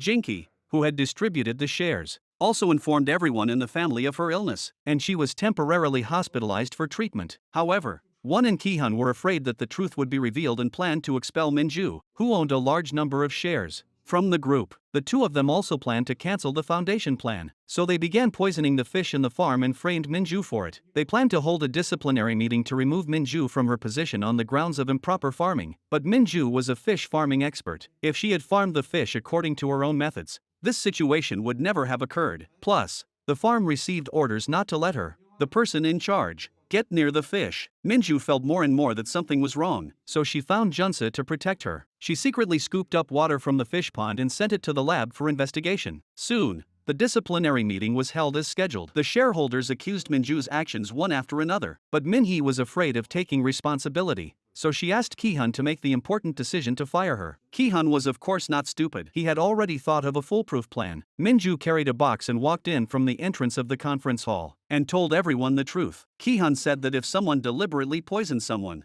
Min-ju would be the one responsible. He proposed that the police be involved in the investigation and that the person behind it would definitely be found. Back in the office, Min-hee was also furious. "Are you trying to betray me? If the police get involved, I'm finished." After dealing with Min-hee, Ki-hun also began to clean up the aftermath. He asked Dong-hyun to write a suicide note to fool the police by pretending to commit suicide, and then sent him abroad after the police let their guard down. But Dong-hyun had already been on his guard. He knew that Ki-hun might really silence him, so he took out a knife and started threatening him. But Ki-hun had actually put something in his cup. He wore gloves and left no evidence behind, and the suicide note was in Dong-hyun's pocket. That day, Sura took out the paternity test and found Min-ju. Jae-hyun had arranged for a paternity test to be done on us before he died. "You are my biological daughter." Min-ju couldn't believe what she was reading. It was like a dream. The mother and daughter embraced. They had finally come full circle. That night, when they were chatting, Sura realized that Min-ju and Junsu were not actually brother and sister. But at that moment, Min-ju thought of Yeol. If she became Zeke, wouldn't they be cousins on the family register? Min-ju's heart aches. Could she and Yeol still have a future? Meanwhile, Yeol has also completely given up fighting his father. He has done his best, but he can't find any evidence of his father's crime, so Yeol has reverted to his former image as a prosecutor. He just perfunctorily deals with the cases assigned to him by his superiors. On this day, he made an appointment with Min-ju to go hiking, but both of them are full of their own little secrets and are full of worry. So together, they buried something important in the soil. Yeol buried a black box, while Min-ju buried the paternity test results. They decided to come back here in 10 years and open it together. If they can't do it together, they will keep it buried as a secret forever. The next day, Yeol went to the hospital to accompany Jinki for a walk. However, Yeol unexpectedly learned from Jinki's mouth that Zeke's father also died in a traffic accident. Yeol suddenly felt sick. Could this also be what his father did? But then his colleague told Yeol that he had found out that Jae-hyun had called the paternity center from home the day of the accident. Yeol immediately went to the center and, as a prosecutor, obtained the important report. But after reading it, Yeol felt completely lost. Was his father really such a terrible person? The next day, Yeol broke up with Min-ju. This was to protect her and the first step in his real confrontation with his father. Yeol then submitted his resignation to the prosecutor's office. He could only completely destroy his enemy by infiltrating it. Yeol decided to feign obedience to his father and ask him to arrange a position for him in the group. To show his sincerity, Yeol also told his father Min-ju's true identity. Since he and Min-ju were nominal cousins, he had completely given up on Yeol wanting to follow in his father's footsteps and inherit golden fisheries in the future. Ki-hun is a little incredulous. He doesn't have complete trust in his son. On the other side, Jinki was injected with unknown drugs by the doctor arranged by Ki-hun in the hospital. Her dementia symptoms are also becoming more and more serious. One day, Min-ju received a call from the police saying that someone was looking for him. Min-ju rushed there only to find Jinki huddled in the corner. She wanted to take Jinki to the hospital, but Jinki was adamant about not going, so Min-ju took Jinki, who was delirious, back to Sura's house. They called Yeol's mother to come and pick her up, but Jinki saw her daughter and beat her up. So scared, her daughter had to run away. Finally, Jinki woke up the next day, but when she found out she was at Sura's house, she also attacked Sura. When Min-ju came back, She explained to Jinky what happened yesterday, but Jinky noticed that Minju had called her mom. Sura didn't want Minju to tell her the truth. What if Jinky stole you away again? But Minju felt that Jinky's current condition was serious, and there would be no regrets if she told her everything. Minju said that she was Jinky's granddaughter that she had lost for 25 years, but after what happened to Minhee, Jinky didn't dare to believe it easily. Minju said, "If you still don't believe it, go get a paternity test done." Hearing this, Jinky believed it. The two embraced tightly. Jinky spent every day and night looking at her granddaughter's photos and weeping. This time, she finally had no more worries. The next day, the women began discussing their strategy for dealing with the company. Their common enemy now was Ki-hun. Jinky decided to temporarily conceal Minju's identity. She planned to pretend to have dementia and deceive Ki-hun and her daughter. So in the following days, whenever Jinky saw her daughter, she would hit her. Whenever she saw Ki-hun, she would call her son's name. She even watched cartoons on TV every day, which children love to watch. That day, while no one was around, Jinky also went to the prison to see Minhee, because Minju had pleaded for her. Jinky also decided to forgive Minhee once again, but she had one condition,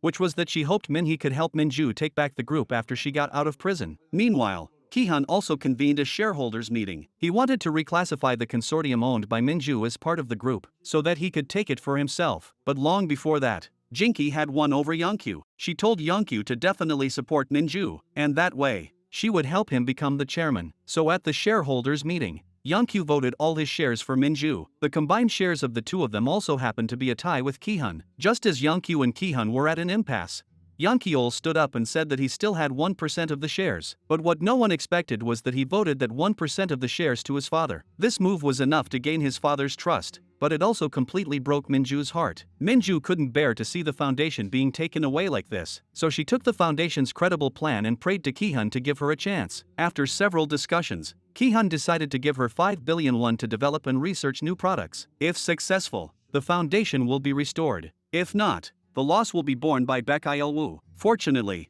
Jinky still had a mudflat on the west coast. She transferred the mudflat to Minju's name, but Jinky also decided to reveal Minju's true identity and transfer Yonkyu's shares to Minju. Otherwise, Wangjiam Fisheries would really be destroyed at Ki-hun's hands. But that day, Minju came to Jinky's house, and Jinky was captured by a group of men hired by Ki-hun. "If you want to pretend to be sick, I'll send you to a sanatorium. In another month, you won't even recognize me." Jinky panicked and explained that she wasn't sick, but no one believed her except Minju. Minju revealed her true identity and wanted Yonkyeol's help, but Yonkyeol not only stood by his father's side, he even mocked Minju. "Are you going to become like Minhee and try to take your grandmother's inheritance?" Minju was completely disappointed in the man in front of her. She couldn't understand why Yonkyeol had suddenly become like this. Minju ran back home to find Minhee, who had been released from prison. For help, Minhee asked Minju, "Did Yonkyeol find out who you really are?" Minju immediately ran to the mountain to confirm what the two of them had buried together. Fortunately, the paternity test was still intact, but Minju also noticed the box that Yonkyeol had buried next to her. She opened it and found a mobile phone inside. With a sinking feeling, Minju clicked on the audio recording inside. What she didn't expect was that every recording inside was Yonkyeol describing his father's various crimes. Minju broke down. Yonkyeol clearly knew the truth, but he still planned to help his father cover up his crimes. After returning home, Minju told Sura about the mobile phone. Sura was amazed. She remembered the circumstances under which she had lost her phone. Ki-hun had taken the phone, and it was the same day that Jae-hyun had taken the DNA report. So Minju went to the paternity center and learned that Yonkyeol had actually come to investigate. So Yonkyeol also knew his true identity. Minju vowed that she would never forgive Ki-hun for what he had done. She would also never forgive Yonkyeol for covering up for her father. Meanwhile, Ki-hun arrives at the place where Jinky is under house arrest. Jinky's condition is getting worse and worse after being injected with a large amount of illegal drugs. Taking advantage of the situation, Ki-hun takes out a copy of the share inheritance he drafted. He coaxes Jinky into pressing his fingerprint on the paper. Look at Ki-hun's inhuman face. It's really vicious. But this is only the first step in the beginning of all his plans. Ki-hun decides to sell the aquaculture business that Jinky has insisted on for his whole life, and fill in the mud to build a huge logistics center and tourist attraction, so that the profits will definitely be much higher than doing the aquaculture industry. Not only that, he also laid off 70% of the employees of Hwangtae Fisheries, and even fired the shareholders who opposed this matter one by one, while Yonkyeol, who pretended to defect to his father, was helping his father deal with various thorny matters on the surface. He had already begun various investigations in secret. He approached President Wu, Ki-hun's closest subordinate, and lied that he was interested in President Wu's daughter. He got a lot of useful information from the two of them. Seeing that Young Ki-ol liked his daughter, President Wu also started talking to Ki-hun about their children's marriage, whether he intended to or not. But Ki-hun was very opposed to it and told Young Ki-ol to keep his distance from President Wu. In fact, it was just because President Wu knew too many of his secrets. Soon it was the day Ki-hun announced his succession of the shares. Young Ki-ol took out the document that Jinki had been forced to sign instead of his father. He said that it was a document notarized by a lawyer and was completely legal and compliant. No one believed him. How could this be? But just then, Minju pushed Jinki in. It turned out that a few days ago, Minju found Jinki, who was under house arrest in the suburbs, through a colleague. Jinki was unconscious in bed, delirious, mumbling about wanting to go home. She didn't even recognize Minju, so Minju asked a colleague to investigate the hospital and took Jinki back to her home again to take care of her. After stopping the injection of those unknown drugs, Jinki finally gradually returned to normal. At the shareholders' meeting, she told the shareholders that she was dragged into the nursing home when she was unconscious. So this document is invalid. Jinki said that the shares of the Zybine Group will be inherited by Minju. The people from the paternity center came forward to prove the paternity relationship between Minju and Sura. Minju also pointed out in front of everyone that Ki-hun had illegally imprisoned Jinki and injected her with illegal drugs. The prosecutor's office will arrest Ki-hun the same day, and that share inheritance is the evidence. But what Minju didn't expect was that the director of the nursing home, who had illegally imprisoned Jinki, changed his statement after meeting Young Ki-ol. He refused to admit his actions. The drugs he injected were just sedatives. Minju then realized just how powerful an enemy she was dealing with. She went to Young Ki-ol's office to declare war officially. She also decided that Young Ki-ol was just as terrible as his father. Young Ki-ol didn't explain what he could do, but he silently protected Minju from behind. Soon, Minju devoted herself wholeheartedly to shell farming, but Ki-hun had already been eyeing the mudflat. If he wanted to take over the mudflat, he had to prevent the success of shell farming, so that he can get the mudflat on the grounds of Minju's financial losses. So Ki-hun arranged for Young Ki-ol to handle this matter. Young Ki-ol then approached a fisherman and gave him a large sum of money to dispose of all the shells, and fake it as if they died naturally during the breeding process. It didn't take long for the news of the death of the mudflat shells to reach Ki-hun's ears. He gloated and immediately called a rally to denounce him and prepare to take over the mudflat. But Minju remained calm. He asked his assistant to distribute a document to each shareholder. The content of the document was about Ki-hun's plan to sell Huangte Fisheries, take over the mudflat, and build a logistics company and tourist attraction. Minju found the fisherman. The fisherman also publicly stated that he knew Young Ki-ol and that he had poisoned the shells himself. Ki-hun was curious about how Minju knew all this. In fact, it was Young Ki-ol who had someone secretly tip off Minju. Minju threatened to expose the truth and asked Ki-hun to give up 2% of the shares as compensation for the damage. Ki-hun had no choice but to compromise. Meanwhile,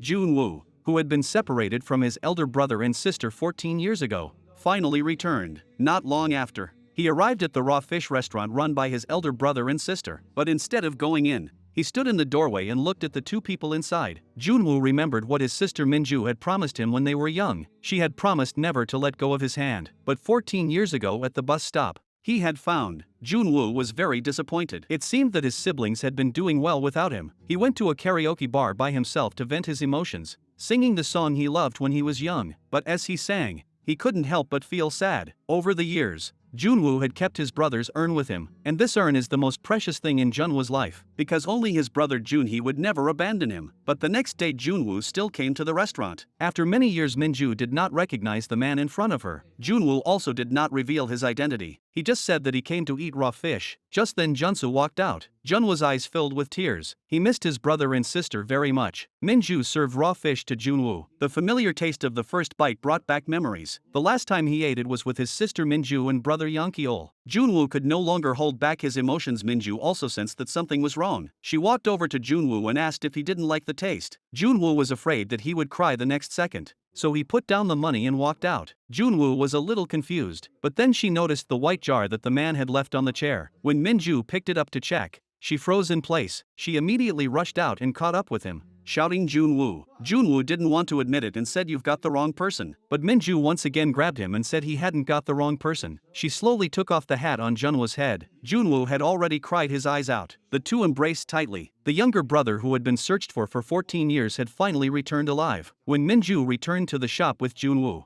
Junsu was both surprised and heartbroken. He asked Jun-woo why he had come in but pretended not to recognize him. But Jun-woo, in tears, said, It was my brother who abandoned me first, and my brother never looked for me either. Junsu's heart ached. Do you know how hard we've looked for you?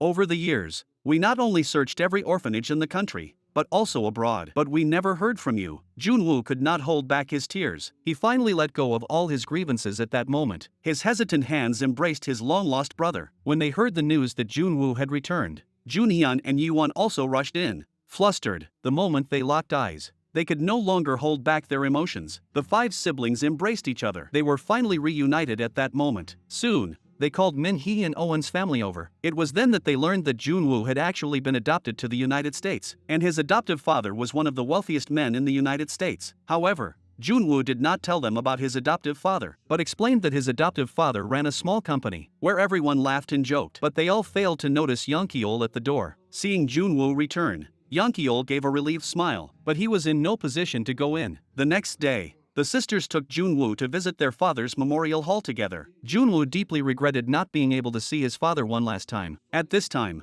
Yeonkyol was sitting alone in a bar, drinking alone. It wasn't until the waiter was about to close up and wake him up that Yeonkyol came to his senses a little. He walked back home in a daze, but as he walked, he unexpectedly walked to the bottom of Minju's house. Yeonkyol couldn't help but laugh and cry. How did I end up here? I'm so hopeless. He was about to leave, but Minju came face to face. But Minju didn't pay any attention to Yeonkyol and was about to go straight upstairs. Yeonkyol couldn't hold back and grabbed Minju's hand, but he was shaken off. He begged Minju not to let go of him. He really wanted to go back to the old days. Yeonkyol was afraid that he would end up like his father. He wanted to give up everything and be with Minju. He asked Minju if she didn't want to leave with him, but Junsu appeared at this moment and pushed Yeonkyol away, telling him to get lost. Do you still want to hurt Minju? Watching the two of them leave, Yeonkyol's heart broke into pieces. The next day, when Minju found Yeonkyol at the company and asked about yesterday, Yeonkyol also decided to tell her his grievances. He took Minju to a place where no one was. Yeonkyol knew that Minju had listened to all the recordings on his phone, and he admitted that all the crimes in there were true. There is no way for us, so I have to let you go back to your original position and give you back what Dad took away. Minju was shocked and wanted Yeonkyol to give up. She didn't need Yeonkyol to trade his life for this. Soon Yeonkyol bought a plane ticket to a foreign country. He also started browsing for houses abroad, and here Minju packed her bags. As she looked at the pictures of her family on the wall, she couldn't help but remember when Sura tried to take her away when she was little. She had promised that she would never leave them behind. Minju collapsed to the ground. She still couldn't give up on her family. The next day, Minju refused Yeonkyol. Yeonkyol put on a forced smile. He had long expected this outcome. Minju hoped that Yeonkyol wouldn't do this revenge for her, but Yeonkyol said that this was the only way he could go. In the future,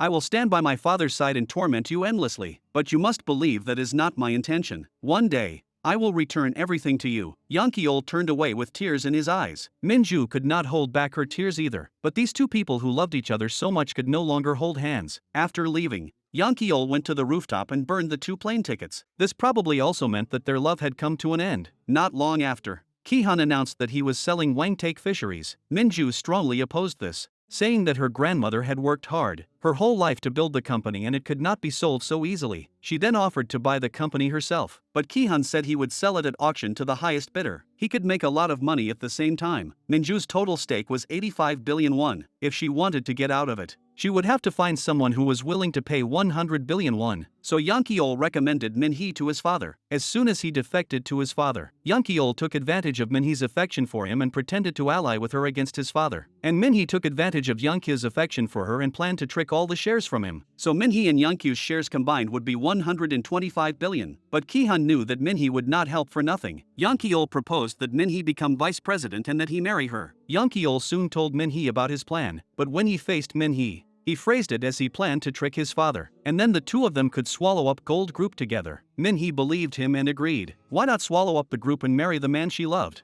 Minju, who was running out of money, also called Min-hee for help, but Min-hee called Minju and Yeonkyol to the restaurant together, and soon after, she announced that she was going to marry Yeonkyol right away. Minju couldn't believe that she would make such a decision. She could accept Yeonkyol breaking up with her and she could accept Yeonkyol helping her take revenge. But she couldn't stand by and watch Yeonkyol marry someone he didn't love just for her. And that person was still her close sister. Yeonkyol doesn't care at all. This is the only way he can go. He doesn't need love. As long as he can help Minju achieve her final goal, that's fine. It didn't take long before Junwoo came to the office to find Yeonkyol. Soon the two of them went to a roadside stand to catch up. After a few rounds of drinks, Junwoo also asked Yeol why he wanted to help his father bully Minju's sister. He had secretly investigated what happened at Wangjiam Fisheries. He couldn't understand Yeol's approach. Minju is like a mother to Junwoo, and he will not allow anyone to bully her. The auction for Wangjiam Fisheries was approaching. Minju and her team began analyzing the companies that would be bidding. They had gathered intelligence that most companies would not pay more than 80 billion won for Wangjiam Fisheries. However,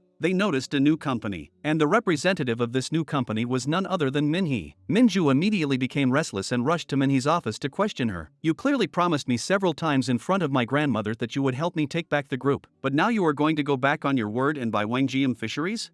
Minhee felt very disdainful. She felt that she had been working hard for the company. Even if Minju took over and became the chairman, she didn't know how to run the business. So what could she do to maintain the company's performance? Minju said that she would definitely take over the group and prove with her actions that you are wrong. Ki-hun gives Owen a large sum of money and pretends to be very worried about Minju. He deliberately or unintentionally reveals that Minhee will bid 110 billion won at the auction. His goal is simply to make Minju increase the bid from 85 billion won. He then enters the bidding fray, so that he can take over Goldfish with one fell swoop. Meanwhile, Minhee flirts with Junhyun and buys her a large number of things. She says that she will bid 110 billion won and asks her to find out Minju's bidding price. Minhee knows that Junhyun will not spy for her. She just wants Minju to believe this price and let her successfully bid for Goldfish. President Woo also can't sit still when he hears that Ki-hun is going to sell Goldfish. He is now the president of Goldfish. If this is sold, what about his position? Ki-hun didn't say a word about this. He just told him to wait. Soon, Yeol also began to sow discord between his father and President Woo. He brought a forged email to prove that the person who leaked the secrets to Minju last time was President Woo. After experiencing President Woo's provocation just now, Ki-hun believed it. He also had no way to trust this person anymore. Finally, it was the day of the auction. Yeol, as the person in charge, announced the bidding prices in order of the bidding companies. Minju, as expected, added the market price of the quagmire and bid 115 billion won, and Minhee, who had ulterior motives, bid 120 billion won, just above Minju's price. Everyone was incredulous at this turn of events. Minhee stood up arrogantly and delivered her acceptance speech. At this time, Yeol said that there was still the bidding price of the last company to announce. Just as everyone was discussing this, Junwoo walked in through the door. Junwoo directly bid 130 billion won for the gold aquatic products for his sister. His appearance instantly disrupted everyone's plans. Ki-hun repeatedly confirms Junwoo's company information. "You're so young, but you're bidding 130 billion won, you're really confident." But Yeol tells his father that Junwoo's company is ranked third in the world. After the auction is over, Junwoo introduces himself to his sister as her adoptive father. But the acquisition of Wangjiam Fisheries was his own act. This is the gift he gave his sister for her return. Minju is very gratified. She never expected her younger brother to play such a big role at a critical moment. She asks Junwoo how he knew their bid. Junwoo then talked about the conversation he had with Yeol at the wine stand. Yeol had secretly tipped him off, and he had manipulated everything to let him successfully bid for Wangjiam Fisheries. But when Junwoo asked what had happened between the two sisters, Minju gave the same answer as Yeol, that "I will tell you when I have the chance in the future." Soon Minju told Jinky the good news, but Sura also learned from Jinky that Minhee had betrayed Minju. So Sura called Minhee to her house and slapped her directly. Minhee felt betrayed by Sura. She ignored the ability of the daughter she raised for 14 years and defended her own flesh and blood. She even took away the name I had used for 14 years. Minhee packed all her luggage and prepared to move out completely. She didn't want to live like a shadow of Minju by Sura's side. Sura's heart aches. How could she not have feelings for her daughter whom she has raised for 14 years?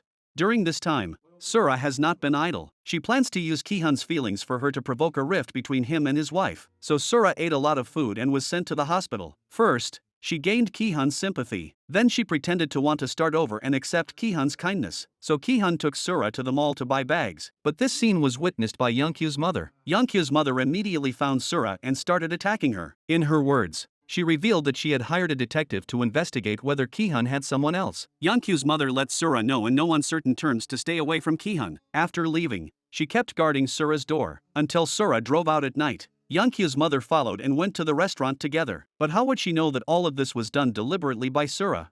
Sura complained to Ki-hun about everything, including Minhee's departure and Yeonkyu's mother's demonstration. She pretended to be very sad. As a result, Ki-hun directly sat next to Sura to comfort her. This scene was witnessed by Yeonkyu's mother. She rushed up directly and poured a glass of water on her. Although there was such a scene, Yeonkyu's mother was a love brain. After returning home, Ki-hun casually coaxed her with a few words. Yeonkyu's mother also instantly transformed into a meek woman. Soon, Sura asked her out. She went to investigate the detective Youngkyu's mother had mentioned, so Sura took out a photo of the two of them, and a recording of her conversation with the detective. This was all a trap set by Ki-hun for his wife. Youngkyu's mother couldn't believe that her husband would do such a thing. After leaving, Youngkyu's mother went to the hospital to see her mother. She deeply regretted believing Ki-hun alone. She felt so miserable. She burst into tears in front of her mother. Jinky also developed dementia. She secretly closed the front door, took her daughter's hand, and called out Zeke's name. She said she would give her 100 billion won, but she must keep it a secret from Ki-hun. Youngkyu's mother of course didn't believe her. When she went home,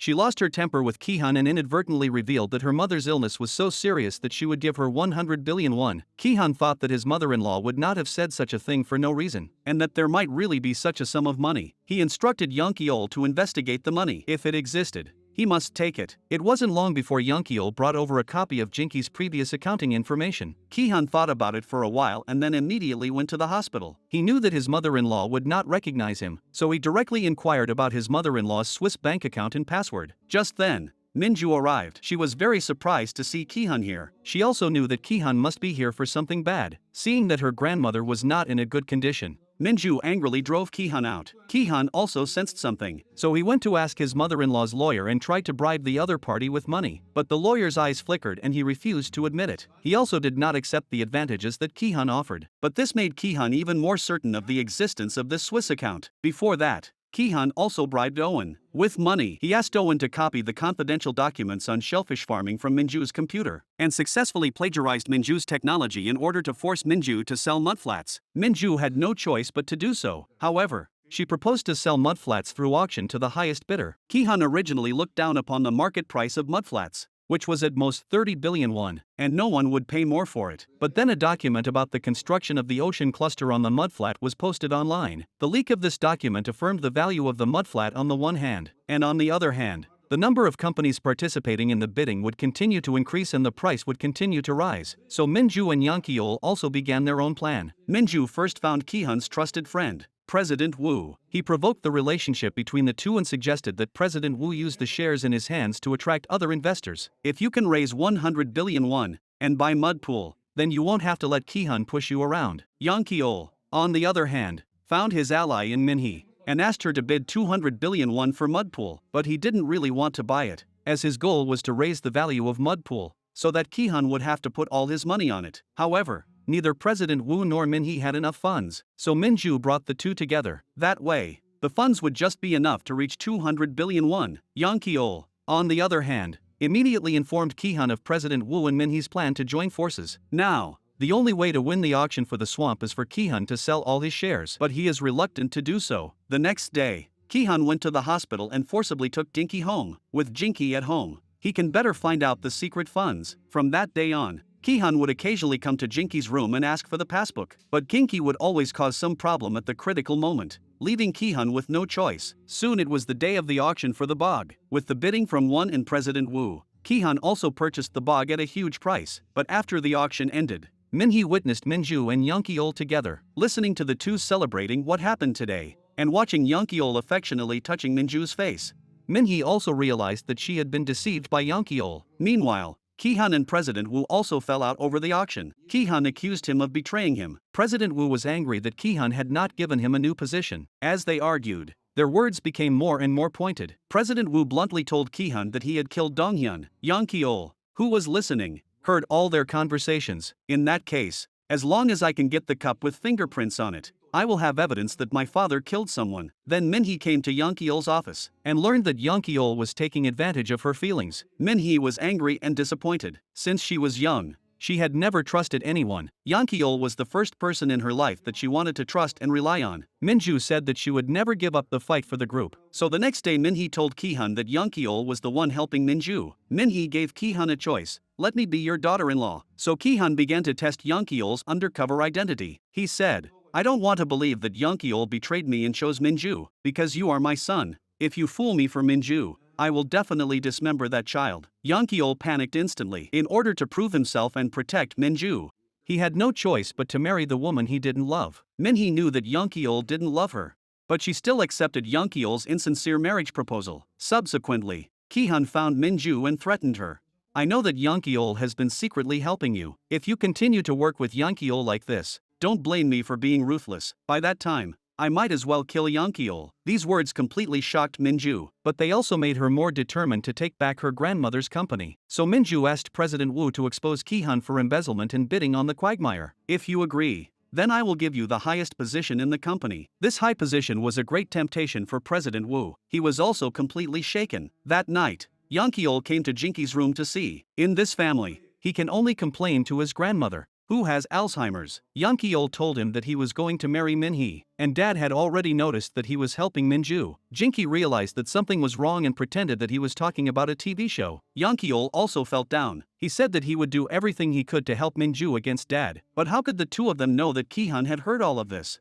Ki-hun was furious. After all, he had made a mistake. The next day, Ki-hun called Yankeol into his office. President Wu had already reported his dereliction of duty to the prosecutor's office. He wanted to test whether Yankeol was behind everything. As expected, Yankeol proposed that his father sell his shares to fill the gap in public funds. In that case, he would be able to buy all of his father's shares. Ki-hun walked straight up to him and slapped Yankeol. He also felt great pain. Yankeol was after all his own son. He would never let Yankeol's hands be stained with blood. After returning to the office, Yankeol was in deep thought. He had only told his grandmother about this. How did his father know? So Yankeol immediately went home to his grandmother's room. He tiptoed and told his grandmother not to make a sound. Then he began to search in every corner. Finally, Yankeol found a shining bug under the table. Yankeol then told Minju about it. The bug was probably planted to find out about Grandma's secret fund. He asked Minju to have someone check the office as well, to be on the safe side. The next day, Minju went to Grandma's house. The man who had been watching the entrance also called Ki-hun. Minju entered the room normally and greeted Grandma. Then she took out the notebook she had prepared beforehand and told Grandma to just answer the questions in the text. So the two of them started to deliberately talk about the Swiss bank account number. Jinki said that the secret fund was saved for you. And at this time, Ki-hun was also monitoring all of this. At this time, Yankyu's mother walked in, and Minju panicked and put away the notebook, and the two of them had to interrupt their conversation. Ki-hun was furious. How could it be interrupted at such an important time? At the same time, Yankeol and Minhee also came to the bridal shop to choose a wedding dress. However, Yankeol never had a smile on his face. He also didn't comment on Minhee wearing a wedding dress at all. At that moment, Minhee received a call from Sura. Sura was very angry when she learned that Minhee was going to marry Yankeol. She knew exactly how Yankeol and Minju felt, so why did she do this? However, Minhee was jealous of Sura's love for Minju. She felt that Sura didn't care at all about whether she was happy or not. The only person who accepted her was Jae-hyun. In desperation, Sura told the truth about Jae-hyun's death. Minhee never expected that her ally would be her father's murderer. Minhee was completely shocked when she learned the truth. She stayed downstairs at Minju's house to find out if it was true. Minhee questioned why she hadn't been told the truth. To her, Jae-hyun was also her father. When they returned home, everyone was shocked by this truth. Minju explained that they had kept it a secret because they didn't have any evidence. A hot-tempered Junsu couldn't sit still anymore. He wanted to go out and make Ki-hun tell the truth right away. Owen was also furious. How could Jae-hyun, who had been so good to Ki-hun, do such a thing? Minju reassured her family. Yankeol was secretly helping her now. We're also thinking of ways to help Dad get revenge. She told everyone to keep this a secret. Minhee felt very guilty inside. Sitting outside with Minju, they had their first face-to-face, sincere heart-to-heart talk. Yankeol lied to his father so that Minju could give up her life. Why did I have to interfere in your great love? Ki-hun sold 8% of his shares to cover the embezzled public funds. As soon as he sold them, Minju contacted the company's shareholders and bought the shares back. Yankeol also made an appointment with President Wu. He said that because of President Wu's report, his father already hated him. He even asked me to investigate your background and wanted to send you to prison. President Wu is not afraid at all now. And Yankeol also took the opportunity to mention the evidence he had in his hands. President Wu panicked. Is it true that your father only has you because he wants to get the evidence from me? He let loose a threat. If that's the case, we'll fight to the death. No one will get away with it. Because of the selling of shares, Ki-hun became more desperate for Jinki's secret. He went to Jinki's room and directly asked for the secret fund, and said that he had already spent all the nanny expenses. You have to give it to me today no matter what. But Jinki pretended to be suffering from dementia and remained unmoved, saying that she wanted to see her son. So Ki-hun began to ramble on about the details of how he had killed Jinki's son. He was the one who had told President Wu to tamper with Jinki's son's car. Jinki completely broke down. She directly got her hands on Ki-hun and cursed him, saying that he was not a human being. Today, I will kill you and take you down with me. As she kept rambling on, Jinky became impatient and pushed her away, but Ginky's head hit the corner of the wall. With her last bit of strength, she tried to continue fighting back, but she couldn't stand up straight and fell headfirst to the side, screaming in pain. Ki-hun thought she was faking, but seeing Jinky like this, he was also scared and went up to check on her. Just then, Minju came in. She immediately rushed up and called out her grandmother's name, but the next second, Jinky fainted directly. In this way, Jinky was sent to the hospital. The doctor's response was that there was no way to operate and the family should prepare themselves mentally. At this time, Ki-hun was still calmly drinking his coffee. Youngkya's mother had long since stopped believing in the man in front of her. He was the one responsible for her mother becoming like this. At this time, Jinky finally woke up. She said that it was Ki-hun who killed her son. Jinky used her last breath to tell the three of them that she hoped Youngkyeol and Minhee would always stand by Minju's side. She also hopes that Minju will be able to help more people after taking over the group. Jinky then took her last breath. At the funeral, Minju remembered all the memories she had with her grandmother and her heart ached. She will definitely make Ki-hun pay. After the funeral, the lawyer called Minju alone into the car and gave her a secret document about a Swiss account. This was what Jinky had instructed before she died. If anything happened to her, this must be handed over to Minju. Ki-hun, in order to keep his position, turned to President Wu to show his favor. As long as he can get his support with 10% of the shares, then he will be in a winning position. Ki-hun said he would give President Wu the position of the company's president, and even agreed to Youngkyeol's marriage with President Wu's daughter. After all, the two have a 30-year friendship and have each other's leverage. They quickly reconciled and reached an agreement. But President Wu was not the only one who was worried. As soon as President Wu returned home, he was kidnapped. The person who kidnapped him was none other than Junsu. Junsu interrogated him about where the glass was. Seeing that President Wu pretended not to know, Junsu directly told his men to start digging. President Wu was so scared that he fled in all directions and even rolled off a cliff. Looking at his fleeing back, Junsu called Youngkyeol. It turned out that Youngkyeol had arranged all of this. President Wu would definitely think that Ki-hun had sent someone behind his back to demand evidence. This also perfectly destroyed President Wu's last trust in Ki-hun. The shareholders' meeting the next day was held as scheduled. Minju, as the largest shareholder, proposed that Ki-hun be voted out of office. So Youngkya's mother was the first to stand up and vote her 4% of the shares to Minju. Minju slowly stood up, together with her 65% of the shares.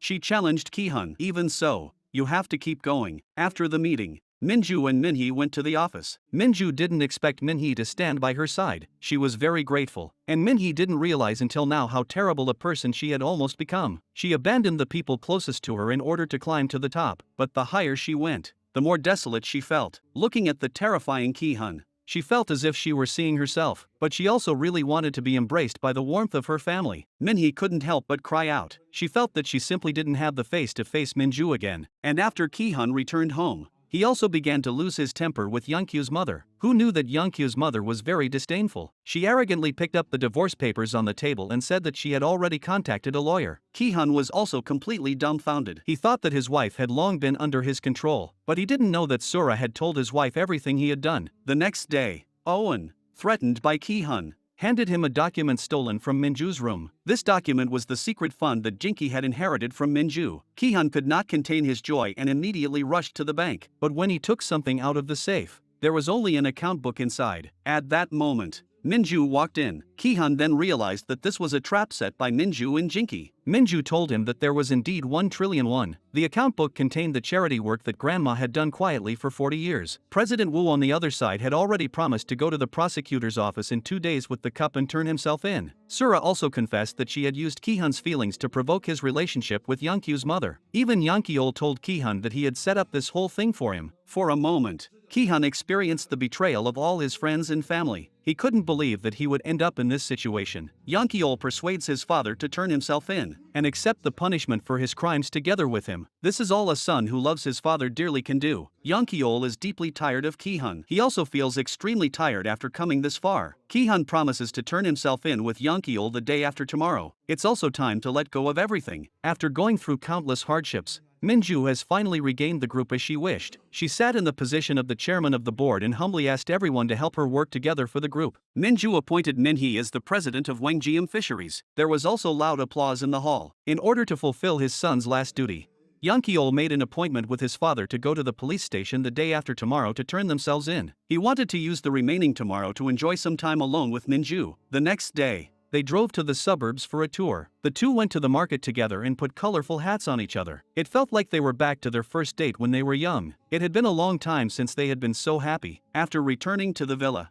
Yeol cooked for Minju in the kitchen. Minju then embraced Yeol from behind. That night, Minju did not go home, but stayed at the villa with Yeol. She was afraid that after today, she would never see Yeol again. It was as if their beautiful life had just begun, but they had to say goodbye. The next day, Minju woke up and Yeol was gone, but there was a pink box on the bed. When she opened it, there was a beautiful wedding dress inside. But just as Minju was full of joy, Kihan appeared behind her. When Minju woke up, she had been tied up in a dark warehouse. The bloody man lying next to her was none other than President Wu. Kihan slowly walked from a distance and took out a knife and held it to Minju's neck. At that moment, the phone rang. Yeol didn't wait for Minju to answer. He guessed that it was his father who had taken her. Kihan told Yeol to exchange all of Minju's shares for US dollars and bring them over. That way, he would spare Minju's life. After hanging up the phone, Yeol immediately went to the warehouse where his father was. However, Kihan went back on his word and said that Minju would have to go on the boat with him. He only let Minju go after confirming that she was safe. Yeol, disheartened, took out the pistol he had prepared and aimed it at Kihan. Then he removed the bullet from the pistol and threw it on the ground. But that was not the end. He put the last bullet in the magazine. There was no way Kihan could do anything but tell him the brutal process of killing one by one, even if he was a sinner. He didn't want to lose his son. Soon Yeol was taken to the hospital. Minju sat on the hospital bed and called his name desperately, but Yeol didn't respond at all, and a tear rolled down the corner of his eye. His weak heartbeat also stopped completely at this moment, and time just passed by like this for 3 whole years. With the efforts of Minju and Minhee, the group's revenue has more than tripled, and Kihan has also developed serious mental problems due to his evil deeds. Just as he used to inject Ginki, he is now also being held down in bed by the doctor. On this day, the family went to the suburbs for a holiday. Everyone was full of energy. Yeol also appeared in a wheelchair. In the past 3 years,